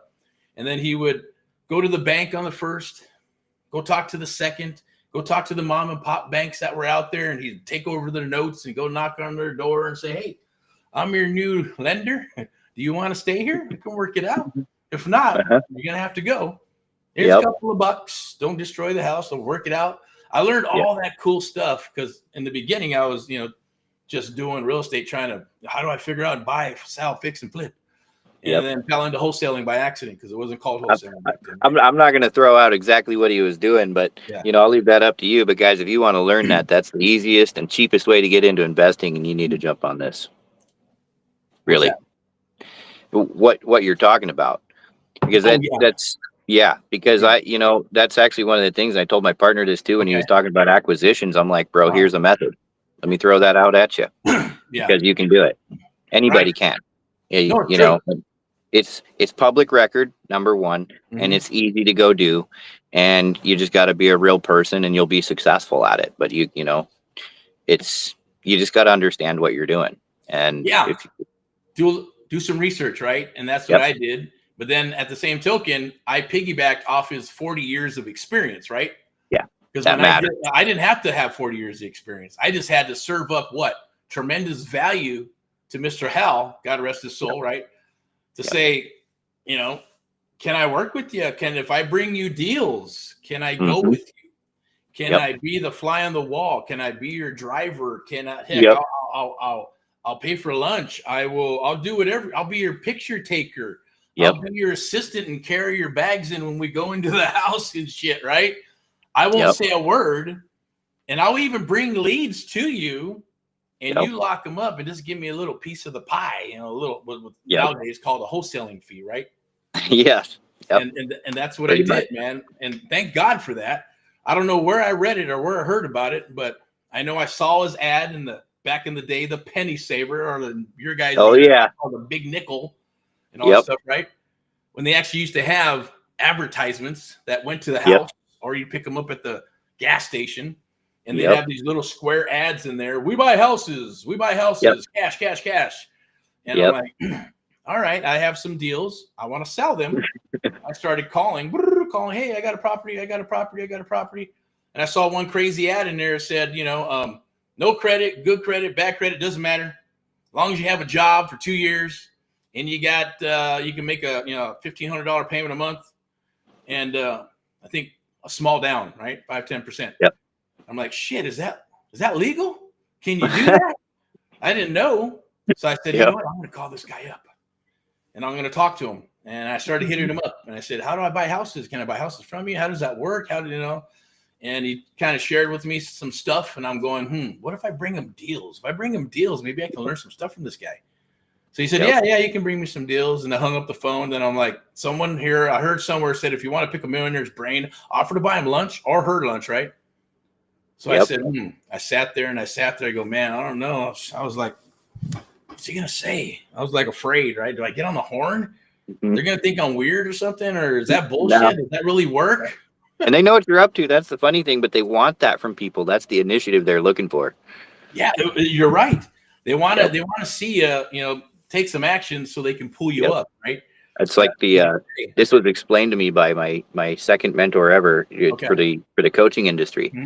He said, I know you're broke. And at the time I was dead broke. And he was like, I need you to commit something, right? Because you need to understand a principle. So I need to teach you one thing before I can teach you another. But you have to pay me $1. Yeah. Dude, I was like maxed out on my credit cards. I had debt. I had no job. And so I told him, I said, okay, I'm going to put $1 more on my credit card. I paid him $1, changed my life in a day. Right. He turned me on to a mindset that just flipped it for me. And that's true, man. What you just said is exactly why we do what we do. And we do live in a capitalist world, but at the same token, nothing's ever for free. Someone has to pay the price. And I know that Hal paid the price, right? And that I was willing to pay the price if he allowed me to just hang out with them and shadow with them and let me gobble up some of his knowledge, right? That he spent years and years and years developing. So I got up the courage and I called him back. I called him up and I said, hey, Hal, can I buy you lunch? I got some stuff I want to share with you, deals, and I love to pick your brain if that's okay. And I'm thinking in my mind, this guy's rich. He's going to want to go to a country club and want lobster and steak. And I got like $30 on my card, and you know I got to pay a bill still, right? And we got to eat and shit, right? And all my checks gone from paying bills. And I'm like, I said, you know what? You can't think about that shit. Just do it. And you're gonna have to figure out whatever you got to figure out to take this guy to lunch and go pick his freaking brain because it's an opportunity. He said, yeah, sure, no problem. All right, cool. Why don't you meet me at the Antelope Valley Mall? There's a nice little sandwich shop down there. And I'm going, shit, yeah, $20. I can afford that. Yep. And I met him there.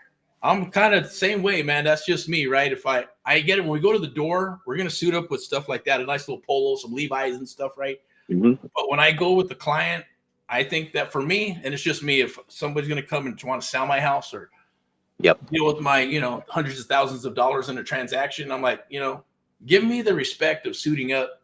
I don't want you in flip flops. I don't want you in your Hawaiian shirt and none of that shit, right? That's just me though. Other people, it's okay, you know. And then people got these crazy beards and shit and mustaches and all kinds of strange stuff, right? It's cool. It's not. I'm not saying it's bad. Just for me, it's I not shave once in a while when I get out of the house, and because you're right, and that's one of the things I talk to people about. It's like, you know, I'm in the office most of my time, or I'm in the field, and so I'm doing a lot. But it's one of the things I talk to people, like I have some nice clothes that I put on for certain meetings, and that matters because some people it's not even necessarily that they expect it, but you do need to put it on so that you have the respect, because people need to see that you have a level in professionalism that is much higher than where your normal everyday casual is. Like, I don't mind people coming to me like that, you know, when we're doing whatever casual talks, or they want to put on some nice clothes and come have lunch. But yeah, man, if we're going to do something with a couple $1 million and we got to come meet in person, dress for the occasion. You know, money likes flashy. That's all. It's not even about. You gotta make your first impression, man. Yep. And that hasn't gone away. I don't care with this woke shit and all this other good stuff. And it's always been the same thing, you know. You get one impression starter. That's it. Yeah. And it's true. There's still even statistics, man, that are out there. You know, one person shows up and they're suited up and they're nice and they're presentable and they're friendly. Someone else who's not, who gets served first? Yep. This person over here. Every time. It's not that they're being discriminatory, maybe a little bit based on how they're dressed and what they're doing, but they're going, hey, this one's just has the glow and is presenting in a different way, and they're clean cut and they're dressed up. And this one's like, it shows something I don't think a lot of people really understand, and that's initiative. They're taking initiative, and that's really what it is. Self-care to a degree, right? And at the same 100%. token, being professional and courteous to someone, because the golden rule kicks in all the time. But people don't. Some people, it took me a while to go, what the hell is a golden rule? Because it was in the book Think and Grow Rich, right? Yep. What the hell? Excuse my French. What the fuck is a golden rule? There's the F-bomb, right? Where's the gold? What does that even mean? Golden eggs, golden rule. So I figured out after reading and studying and reading and studying. Okay, the golden rule: treat others as you would like to be treated. Right? That's it. It's very simple. You know, if you're going to have a bad attitude and treat somebody like shit, then, hey, be expected to get the same back, right? And then I made it a game early on when I got started in business, because it's PMA, positive mental attitude, right? And then that was a pun too. Now, I didn't make that up either when we launched AMP Live, the American Mentee program, and then AMP Live Media. And a mentee goes, hey, man, you did that on purpose, some psychological jujitsu, huh? Because AMP, spelled backwards, is PMA, positive mental attitude. AMP Live, did you do that on purpose? I said, no, that's probably God, brother, or something subliminal kicked in and they just connected, right? Same thing with like AHA, the aha moment, right? It's not on purpose. It's Americans helping Americans, aha moment, it clicks. So everything is a culmination, is designed, yes, by God, and we push it and we recognize it, we open up our eyes.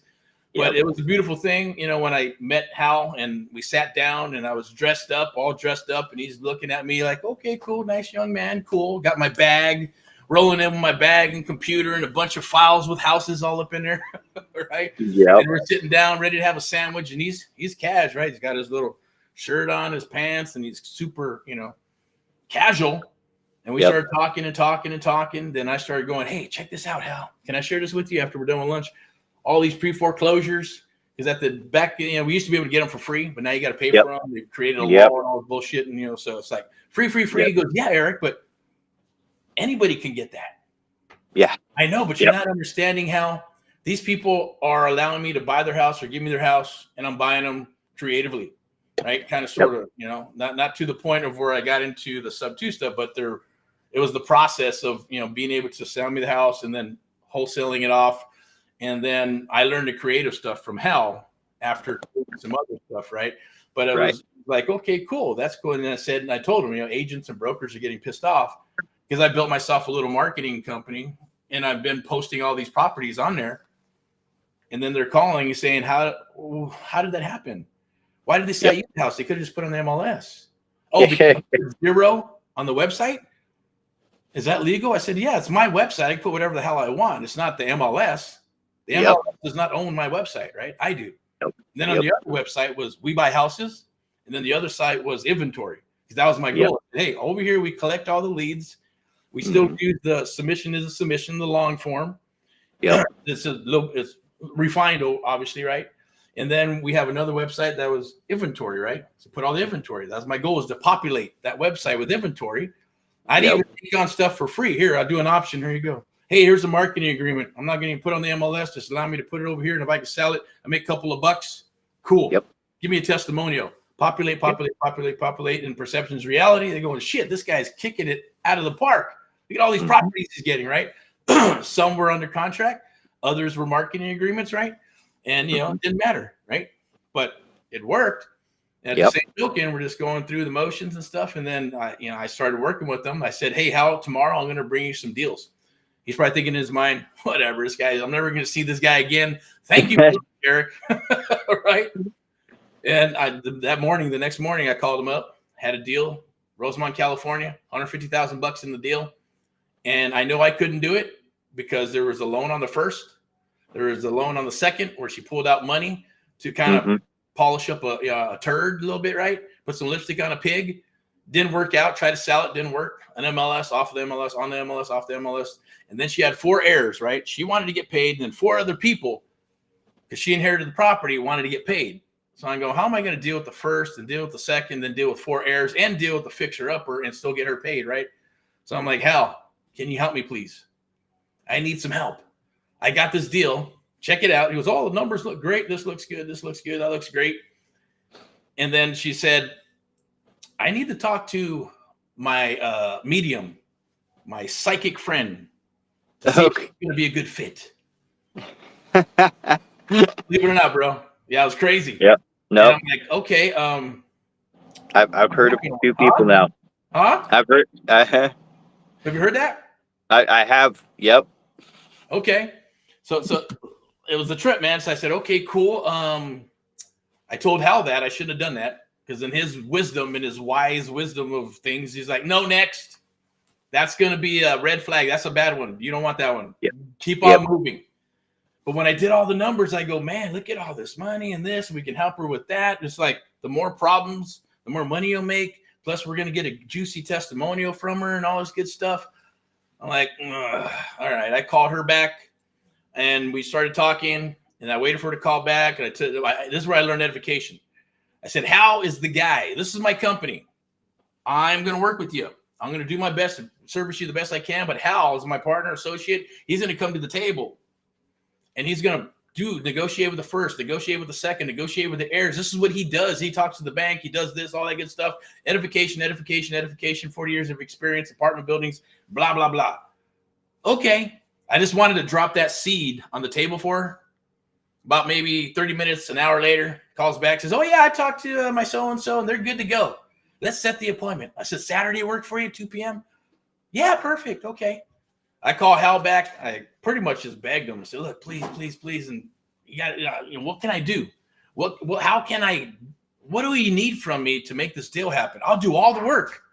I'll drive, go back and forth, get you whatever you need. He goes, get me this, and this. If you can get me those things, we'll see how it goes. Wanted me to get an authorization release. Wanted me to get some information, obviously, so we could talk to the bank on the first and the second. Give me all the heirs information. I need their names and their information, what their splits are and all that good stuff. So I went and did my work. I wasn't one of those guys that said, well, what do I do about this and that and this? And that's 20,000 freaking questions. Never get shit done. I'm like, no problem. I'll go get it. And I came back, brought it to him. Then I picked his brain. Why do we need this? What the hell is an authorization release? What about this? And I learned, and I figured it out. Plus, once it, like I said, once it downloaded in my brain, okay, then I would take an hour, 2 hours and go through the whole thing and start writing shit down, right?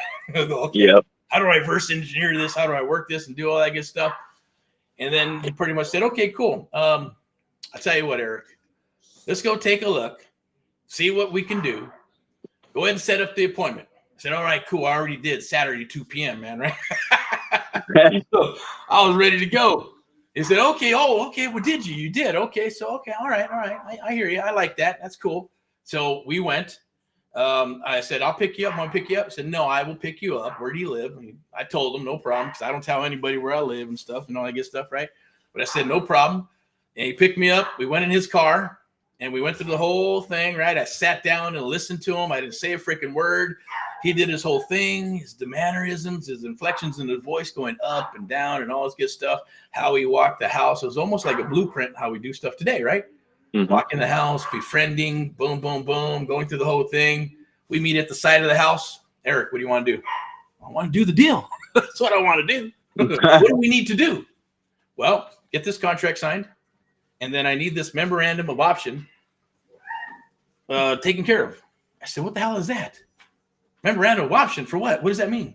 Of course, by that time, I became a contract freak, right, in clauses. And I said, right. So I read it. I go, you want to place a cloud on the title, right? I said, yeah, exactly, because I don't know if she goes back to her medium and then they say, don't sell it to Hell and Eric, sell it to these people, right? And we're going to go, hey, I'm effed out of money and time, Eric. Are you okay with that? Yep.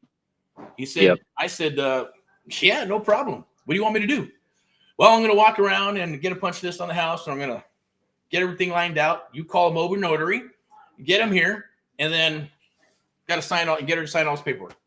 No problem. Yep. So I did that, and on the way home, I guess same thing, picked his brain all the way home, and that was the opening of creative real estate investing, right? Yep. And then I started getting into creative, sub-2, seller financing, options, trusts, and all that crazy stuff, right? Mm-hmm. Only because he opened the door to that transaction, right? And of course, it wouldn't have happened unless I asked and moved forward and had a leap of faith with him. So almost that whole culmination, that's why I remember it so clearly and vividly, is that a lot of that stuff is based off of what we do with the mentoring program, right? Americans How Americans. It's based on those things, right? Because they gotta ask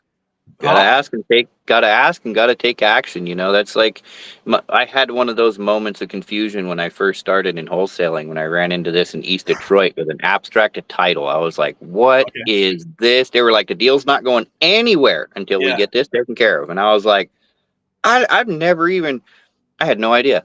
So I started researching. I found out eventually, but you know, that's what it is. It's a moment of like, well, now what do I got to learn? What do I got to get through? What do I got to get unstuck on and figure out and move forward? Who do I got to ask? What do I have to? And then taking the action on what they tell you. They say, hey, you got to go do this. Go do it. Yeah. And for me, it was a lot of the leap of faith. And it's almost the same thing. Yep. We get a mentee. We talk. We see if we're a good fit. We go back and forth. Is it going to work for you? Is it going to work for us? This is what we do. This is how we do it. If you're good with that, let's rock. If not, that's okay. Because we've had people, mentees that come aboard and they're like, you know, thinking they bought a car or a widget or bought something, you know, hey, I bought this Lambo and this is now I want you to do this, and that, and talking shit to our staff, talking shit and telling me or us how to mentor them. I'm like, oh my God, that was a mistake, right? And had to go through the motions till they're all paid up and then hasta la vista after that, right? So it does happen. You know, we can't always be 100%, but we've gotten pretty good at the vetting process, and we're going, look, these people they're going to be awesome, or you know, we'll see, because sometimes, you know, like I said, you know, they figure out, hey, you know, this is too much for me, or I'm going to go back to my job, or life happens, right? Oh man, this happened, my dad died. Life in general happens, not, you know, but that's okay. We understand that. It does. I just released forward, you know, and start closing shit, and start rocking. They go, man, thank you very much. You know, some of them. I think we had one lady like literally, you know, cry because she spent $26,000 on a program and it wasn't producing. And then we got a contract probably within like 4 weeks, 6 weeks later, and we're working the deal. And she goes, oh my God, I wish why didn't they tell me this stuff? I prayed and I prayed and I prayed for something like this, and I don't know how it came, but here you are. You know, so, you know, just the good and bad and ugly of stuff. It's all out there, you know, and you can't, like my dad always used to say when I used to play rock and roll, so you can't please everybody, Eric. You know, as long as you touch some people's lives in the audience and you're out there rocking and rolling, your heart's in it, and you're delivering what you set out to deliver, then that's all that matters, man. Okay. And I get it. You want to get signed a major label, make money and do all this stuff. Right. But if you lose that element, then everything else is just going to be shit. Right. So I figured that out a long time ago as well in this process. Like you said, when we started this live, right, is that if you're always thinking, I got to make money, or I just burned up 6 months of my income and now I got to close the deal, you're not going to close the deal because you're not tapped into the universe correctly, or even God at that moment, right?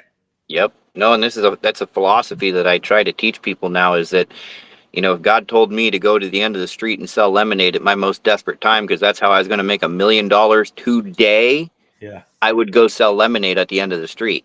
Correct. Not because I understand that if I sold enough lemonade, I'd make $1 million. I know there's no way that's going to happen. But what he's telling me is trust me.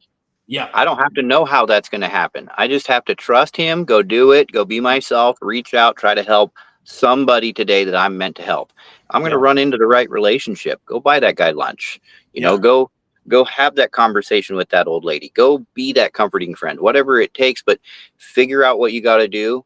Trust that God and the way that the universe works is going to work out.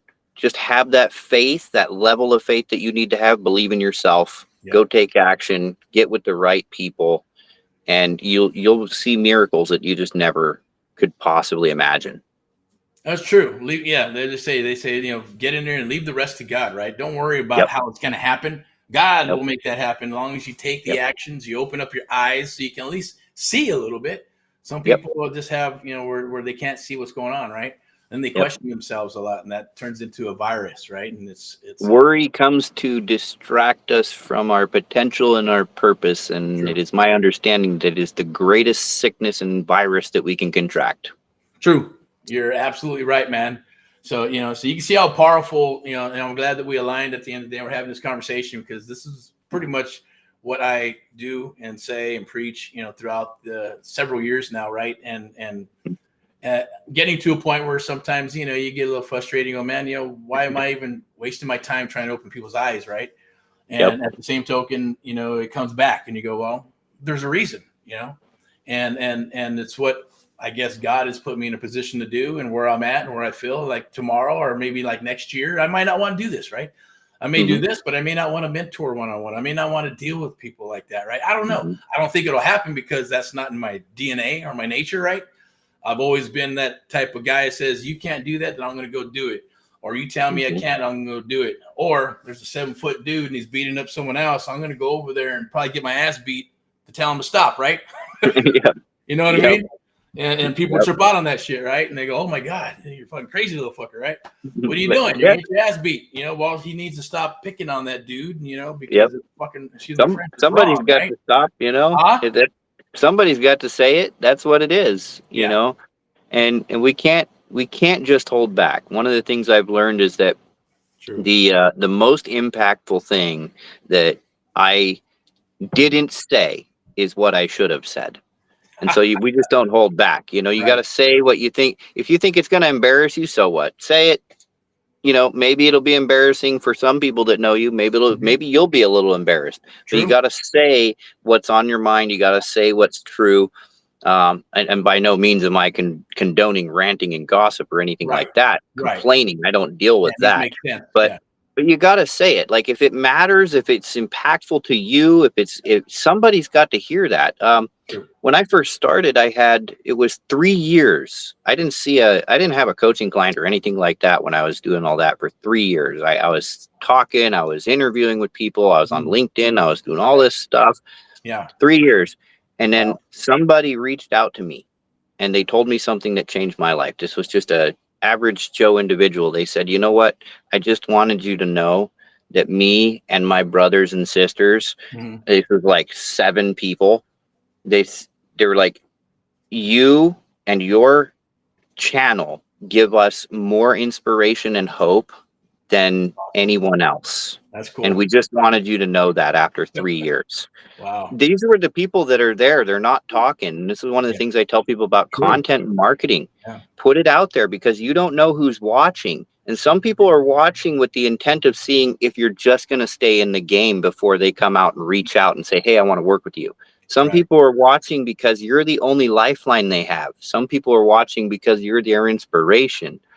I mean, that it really matters. So whatever you're going to do, get on it, go do it, get yourself a mentor, get in a program that works. And if there's one thing that I got to say, like, you know, we've had this conversation, we talked earlier this morning before we jumped on here, and you're absolutely right. I've done my research. I've bought programs. I've worked with a lot of people. This is an in-house deal that you don't see anywhere else. Like, this is real stuff. I had a pretty close relationship with my first real estate mentor in the Robert Kiyosaki's programs, and we're still friends today. But even that didn't have it, you know, because it wasn't what you're talking about. It wasn't one-on-one stuff. It wasn't complete. You didn't actually have anybody to work with. You had teachers, you had programs, you had all that, and that's kind of typical. But mentorship is where it's at, and I think this is right for a lot of people. It's doing the most good I see, and And I appreciate that, man. Yeah, and it it's coming from a place where of experience, because I know you've been through business I and you're doing I it. tell So people all the time, and this is a small number. This is not a lot of money. You know this. I've spent $89,000 in coaching and courses and okay, real estate mentorship from yeah, people online. That's hmm just online over the wow, last decade. That didn't work. yeah, It didn't work. yeah, And it wasn't because I didn't have it in me or that they didn't know what they were talking about. It hmm was because it wasn't meant to be. It didn't match and it was incomplete. There right, was no mentorship. yeah. That's people talk about where can I find a mentor? Here's the answer to your question. If that is your question, it's right here. Well, thanks. Appreciate that endorsement as well, man. That's awesome. And that's what we're here to do. And I'll leave it at this. And if you got anything to add, but we'll go through a couple more of these slides here, and just for people for references and things of that nature. We're looking for good people across the United States of America for the American Mentee Program, as well as for VIPeXecs Realty Lending and Investments. Definitely tap in, either do a chat, do a DM, or click the link down below. Let's get in contact somehow. If it's not with me, someone will get in contact with me, and we'll chit chat and we'll talk at the end of the day. See if it's a good fit. If it's a good fit, we'll definitely rock and roll and move forward, and explain to you everything that happens. Usually every Thursday, we're going to start doing that on Thursdays. We've had them set up. It's to dominate your area, obviously, but it is about the American Mentee Program. Thursday, 7 p.m.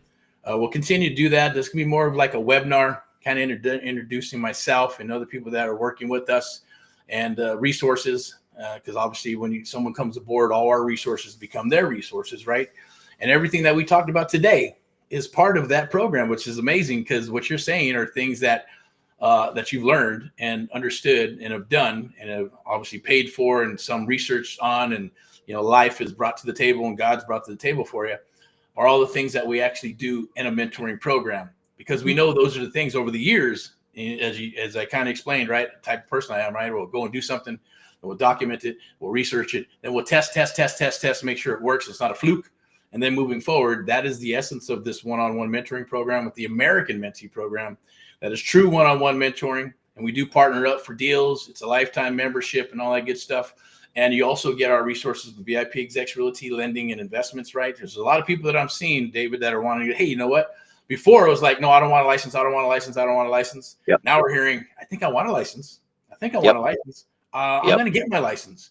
Yep. Or you know what? I'm going to start getting my license. Then I might want to do it's kind of the opposite, right? I've actually started seeing some people asking, where do I get my license? That too. So that's Right. that. I've never seen that before, Right. and that's big. It's a movement. Yeah. It's showing that there's a movement it's usually when markets start shifting and changing a lot of, and they did, statistically, I don't know how true it is, but they said a lot of agents, dropped off and, disappeared and quit. Right. But then you're Yep. seeing a lot of the ones that are, the newbies or wholesalers or just investors, maybe they've done a deal or two and they're going, you know what, I think it's some value to maybe get my license, or like you're saying, how do I get my license? If you need help with that, definitely we got VIPeXecs Realty and Lending. Step out. There was a young lady that we're talking about that. There was a post and they go, oh, I just got my license. I say, congratulations, right? I'm looking for some suggestions on who to start with, right? And I already kind of know what's going to happen, right? Usually the first 2 years, you're going to spin their wheels, spin their wheels, Yep. find a home. That's if they last that long. If they last that long, then cool. But if they Yep. stick it out for at least 4 or 5 years, they'll probably be in the business forever, right? Because that's usually what it's Yep. going to take. But the first 100%. 2 years, just hopping around, finding a home. If they can find a home, great, then cool. So I said, no problem. Hey, I'll turn you on to Elizabeth. You can talk with her. Oh, who is she? She said, well, she's a broker of record. This is what we do, right? You get the best of both worlds. You maybe not know what that is yet, right? But here's what she does and what we do. Take a look. I can set up an appointment with you and talk, right? So it's not like even though you go with brokers and you'll set up an appointment and they'll do an interview, and they'll either, hey, if you got a pulse, you come aboard, doesn't matter, right? Others are a little more selective, and then others are like, hey, it's not going to be a good fit, right? So for us, it is, part of the selection process, just like the mentoring program. Want to make sure we get the right fit. Want to make sure, because if we're going to be investing in you, you want to make sure that you're going to show up to the party, and that you're at least going to invest in yourself as well, right? Because that is the best investment, is investing in yourself. 100%. We've learned that. The best and greatest investment has to be yourself, and it must be the first. It's the core of everything, and I think a lot of people take for granted that it's not rejection when we say, this isn't going to be a good fit. It's actually the blessing, because we want to make sure too that we don't waste your time, you don't waste our time. Nobody has that kind of tension. And it took me a long time to really understand that. It's the reason we do what we do now, because I started looking into, how can I be successful in real estate? I was failing. I was doing good. I was failing. I was doing good. I was failing. I repeated that cycle for a while. Right. And one of the things I looked at was, okay, well, our biggest issue was we don't have any lenders. That was our biggest issue. Like, we don't have any money. We can find deals. We can get stuff done. We can make some money, but then we don't have it. Right. So that's why we started into the lending business in the first place. And so we started building relationships with lenders. We started building relationships with investors, and that really changed it all up for us. Now we operate in the private. We operate with the public and in the public, but as a company, it's the private.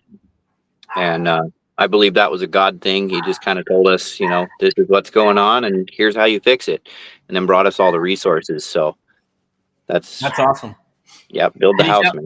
So what exactly you're bringing to the table with the lending stuff? Can you tap into that for a couple of minutes? Yeah, absolutely. So we do a range of things in construction lending and in real estate investing. Like, we do DSR and bridge loans. We do ground up construction loans, and we do bridge loans financing.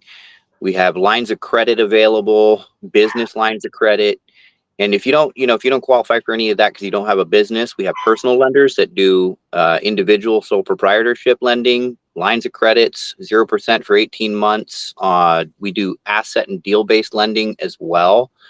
And now we just got some other people that can fast track some of this, that within 24 to 74 hours, we can get some of these deals done if it's real estate.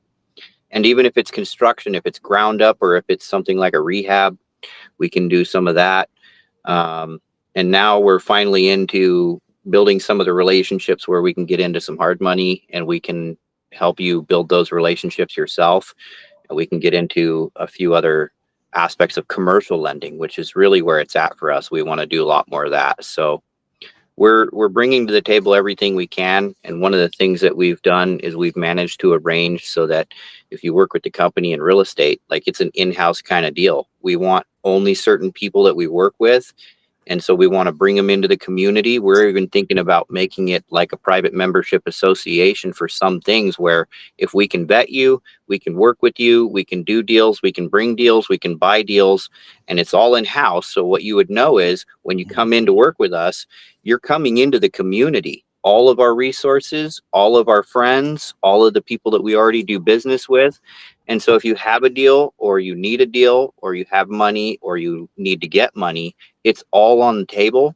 And we already know, hey, Frank over here needs to move a deal. Bob will take it. Bob needs some money. Well, Jeff will fund him. You know what I mean? And so we just built all that, and we've been beginning to thrive ever since. That's cool. Awesome, man. Yeah, definitely looking forward to 2026 at the big year. And I do appreciate you jumping on here. If we have anything you want to wrap with, I'm going to go ahead and just kind of wrap with what I close on. Let's go ahead and kind of maybe shout out your handles again, of like who you are, what you're about, what you do. And then we kind of already got that in the chat, but if you want to spit that out, then I'm going to go ahead and wrap up about the stuff we got going on here, a little bit of overview. If you want to tap in with anything I missed, go for it. Then we just go from there, man. But I appreciate you. Yeah, I think we pretty much wrapped up a lot of things. If you're interested in hearing any of my talking, I'm not really planning on doing any real coaching or anything anymore. But what I am going to do is on podcasting, so you can go ahead and subscribe on Spotify to Fixius Productions. That's actually the name of the podcast.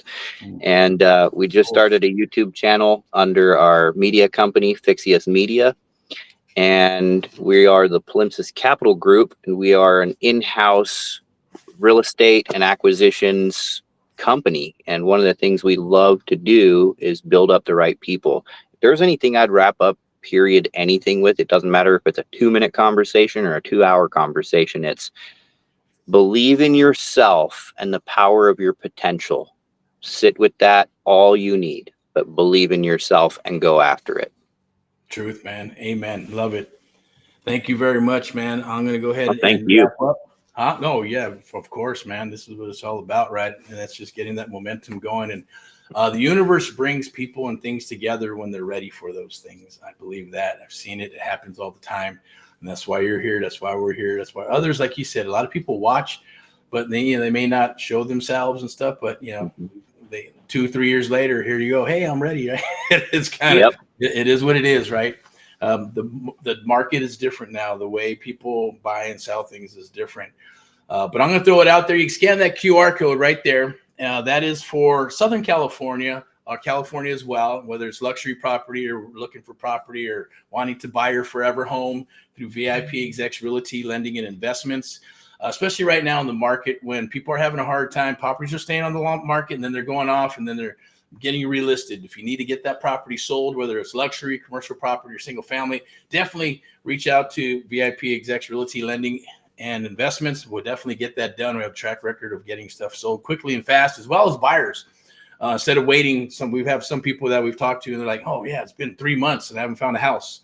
And, we go in and Elizabeth does her thing and she negotiates with the agents and the lenders and all this good stuff because of the experience and be able to get stuff moved very quickly in 2 to 3 weeks, right? Sometimes I think there was one that was in Corona, $700,000-$900,000 property, picked 5 houses. They picked 3 and I think they picked 2 and Paige and the team and Liz picked about 3.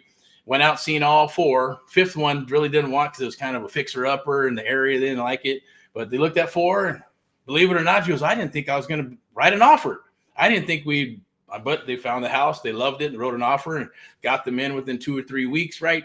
And all that good stuff and helped out with the loan and everything. So, there's a difference. There is a big difference when you're working with people, right? And especially when they're tenacious, especially like with what we do and Elizabeth and very tenacious and moving forward and getting stuff done. That's what you need on your team. So I kind of always say it's like having a doctor, an attorney, a real estate investor, real estate agent, broker, and all that good stuff on your team of life to be able to help you because you're going to buy more than one house in your lifetime, right? Or you're going to, whatever it may be. And if you're wanting to get investing and all that good stuff, we're there for you. But scan that QR code, just get in touch. You can get into the little ecosystem and eventually reach out. Obviously, this is on the private sector here with VIPeXecs Realty and Lending. There's myself and Elizabeth. We understand the market as far as short sales, pre-foreclosures, NODs, all that other good stuff, right? Including, the stuff that's on the table here with this real estate investing side of stuff, right? And including dropping your license. But we do have a handful of brands that go with VIPeXecs Realty, Lending and Investments, and VIP Capital, all that good stuff, as well as AHA, Americans Help Americans. And it's all powered by Amplive Media, which is a media and broadcasting company that will obviously put together for the mentoring program. And it does serve our mentees as well as for what we do when we're lead generating. And also when we're going to be doing this awesome, cool, kick-ass door knocking stuff, right? When we go back up here, let me pull one of these up. I believe it was right here. And I want to give you something for free just for hanging in here. Appreciate it. And David Schultz, he has some stuff for you. Definitely go check out those books. Go check out the stuff that his link of how to set up certain things. It's good information. And if he's talking trust, that means he knows what he's talking about because we love trust as well. It's a way to set up your organization. Go get that PDF and whatever else that he had there as well. And I know he's rocking and rolling with some lending and private lending and business loans. So definitely reach out to Mr. David about that. But I did want to talk about, we'll wrap this up with the door knocking really quick. But we're going to be here. Scan that QR code. I believe our goal is to launch it at least like a beta launch sometime in this month for December. I know it's Christmas time and all that other good stuff, but it's beautiful here in Southern California. It's not too cold. There's no snow unless we're going to the mountains, right? But we're going to be doing it in San Bernardino, California. We're going to start off in that county, and it'll probably be like in the Rancho Cucamonga, Upland, Claremont, all the nice little areas, maybe up there in Highland and anywhere up off of the 210 and maybe a little bit into the 10 freeway. But definitely scan that QR code, get locked in. We're going to have some coffee, some lunch. We'll break bread and all that good stuff. We'll do a little bit of training on the mission to submission and how to get the appointments. And then we're going to go into the field, and we're actually going to rock and earn and learn live. And we're also, we're going to record some content and things of that nature. So it'll obviously always be live and uncut and then chopped up and monetized, of course, with your permission. If you don't want to be on camera, then cool. Sign the little waiver that that you're good to go on camera. If not, that's okay too. No big deal. But we're going to be doing that, and our goal is to help with everybody. The goal is to get some deals, right? We're going to get deals. I guarantee it. We're going to turn that into maybe it'll turn into a little show of some sort. Who knows? But it will be brought to you by Amp Live Media and the Amp Live Real Estate Show as we go into doing that. So I definitely challenge you. Also, I got my 100 days, 100 videos, or 100 push-ups. I did day 2 last night. It was kind of like, man, I had to hit it at 11:40 because my daughter came over and we're running around during the day and then business and calls. And I'm like, man, I better get my video number 2 in. It's that we're only on 2. We got 100 videos to go, or 98 to go. So after we're done with this, I'm going to do my 3rd video. I could probably cheat and throw this in as the 3rd video, but I'm not going to do that. But I'll challenge you too, man. Hey, even Dave will challenge you, man. 100 videos. No, I told you I'm going to take you up on that. All right, so cool, awesome, brother. People can get ready, and follow. Actually, we have a channel on TikTok that works best for me right now. So cool. if you guys want to know, it's the name of the channel is Altus Palimpsest, and I'll throw that in the chat for you. Could you? Because that's going to be like the word of the day. I wouldn't even know how to spell that, brother. No, well, it's Latin. Okay. I'm going to throw out that book recommendation because it didn't go through when I first sent it. But let me get that link for you. I think I'm going to type it out because my clipboard's so full. I lost all my links that I've been. So, and it's interesting too because this was another God thing. You were talking about the name of your company and everything.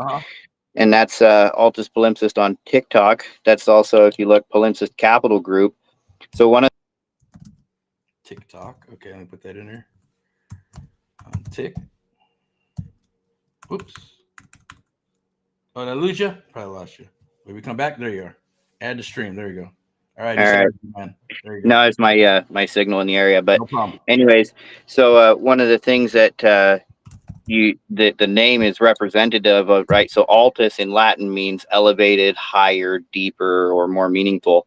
Mm-hmm. And palimpsest is actually a thing. Back in the old days, they were hide parchments, and they were used for contracts, and they would scrape them and reuse them for new contracts to save on papers. So it kind of represents new beginnings and rewriting your story.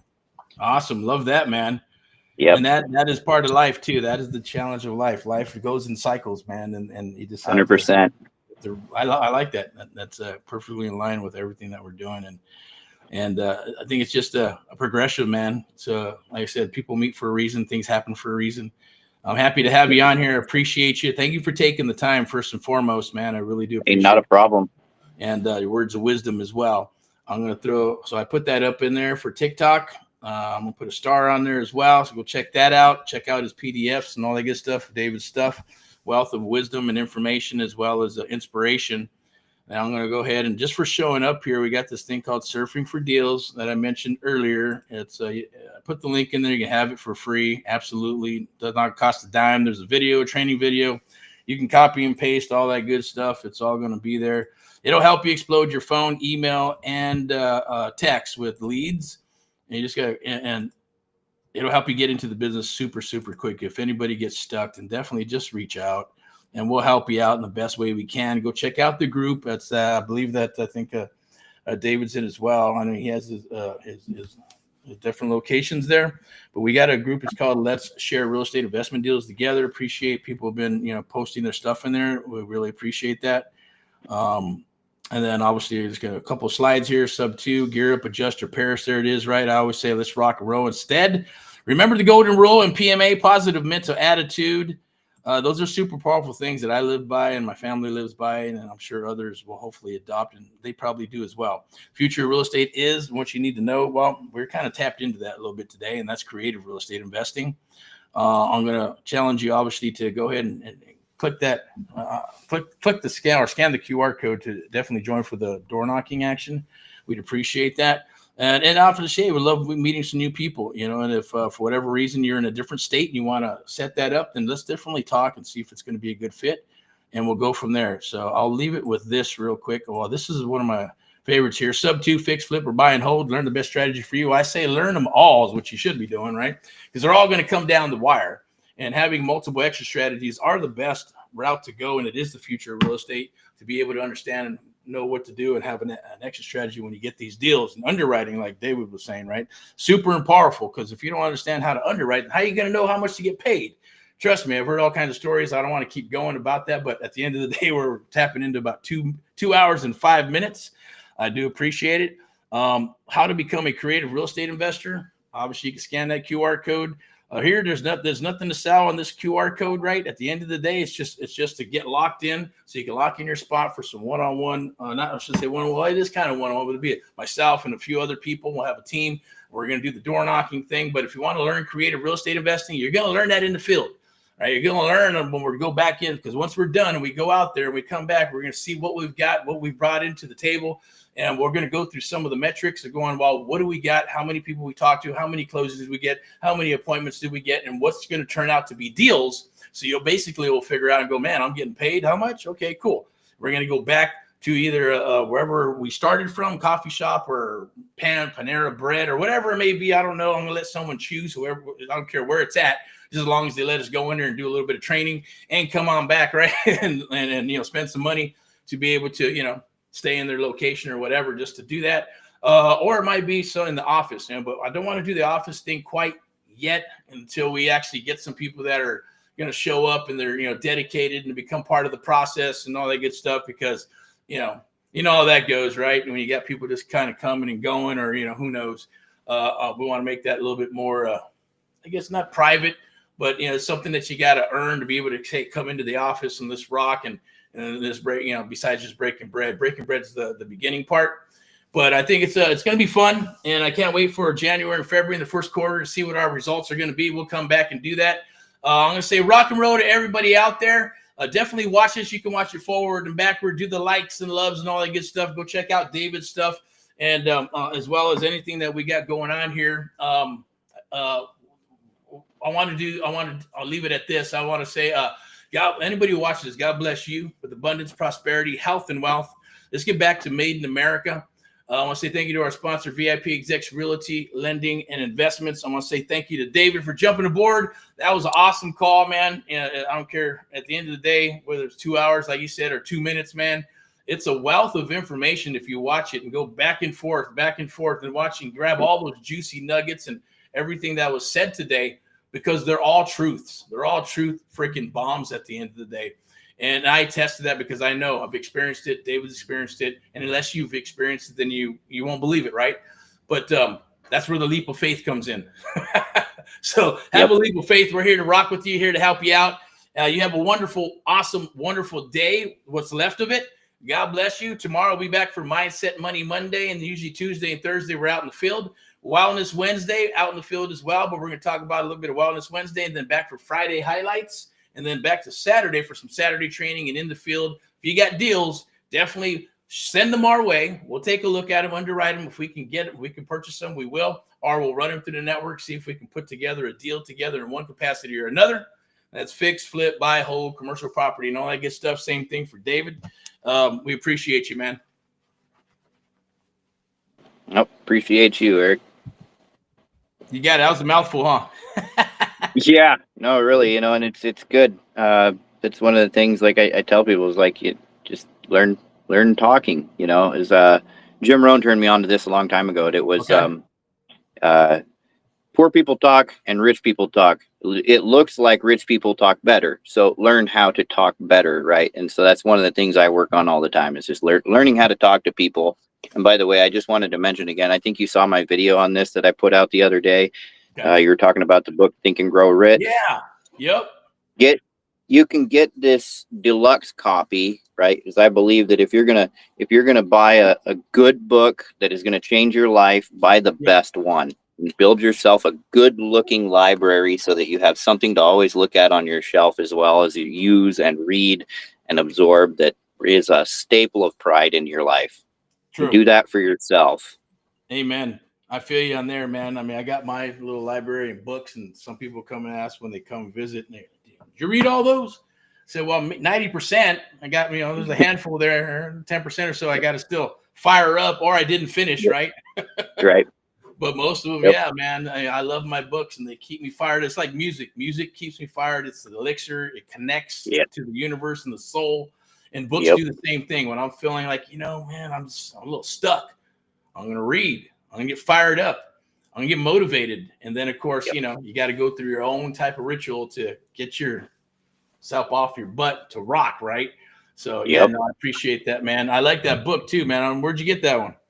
So I actually ordered that on Amazon. I just looked up Think and Grow Rich, and then I was like, I don't like all these paperback copies. Is there a classic? Is there a hardback copy? And then this came up that was the complete classic text, and it's the deluxe edition. And I was like, oh, that's cool. So I ordered it. Beautiful book. It was like $20 versus $15. And I'm like, you know what though? Here's the deal. $20 for a life of fortune and favor. You can't make a better investment in yourself than that. And you got to stop looking at things. This is what changed my life about spending money on myself when it comes to investing in who I am and what I want to do in life. You got to stop looking at things as expenses you can't afford. What you can't afford is to not invest in yourself and what will grow you into the person you need to become in order to be successful. Invest in who you are. That's freaking awesome, man. I think we'll leave it on that note, brother. That is badass. I love it, and it's true.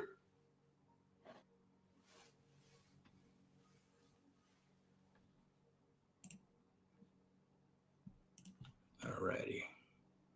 There it is. All right, man. No, I love it. Thank you very much. You have an awesome, wonderful day, man. Just keep on rocking and rolling. I will probably see you later on today or tomorrow, man. You have a good one.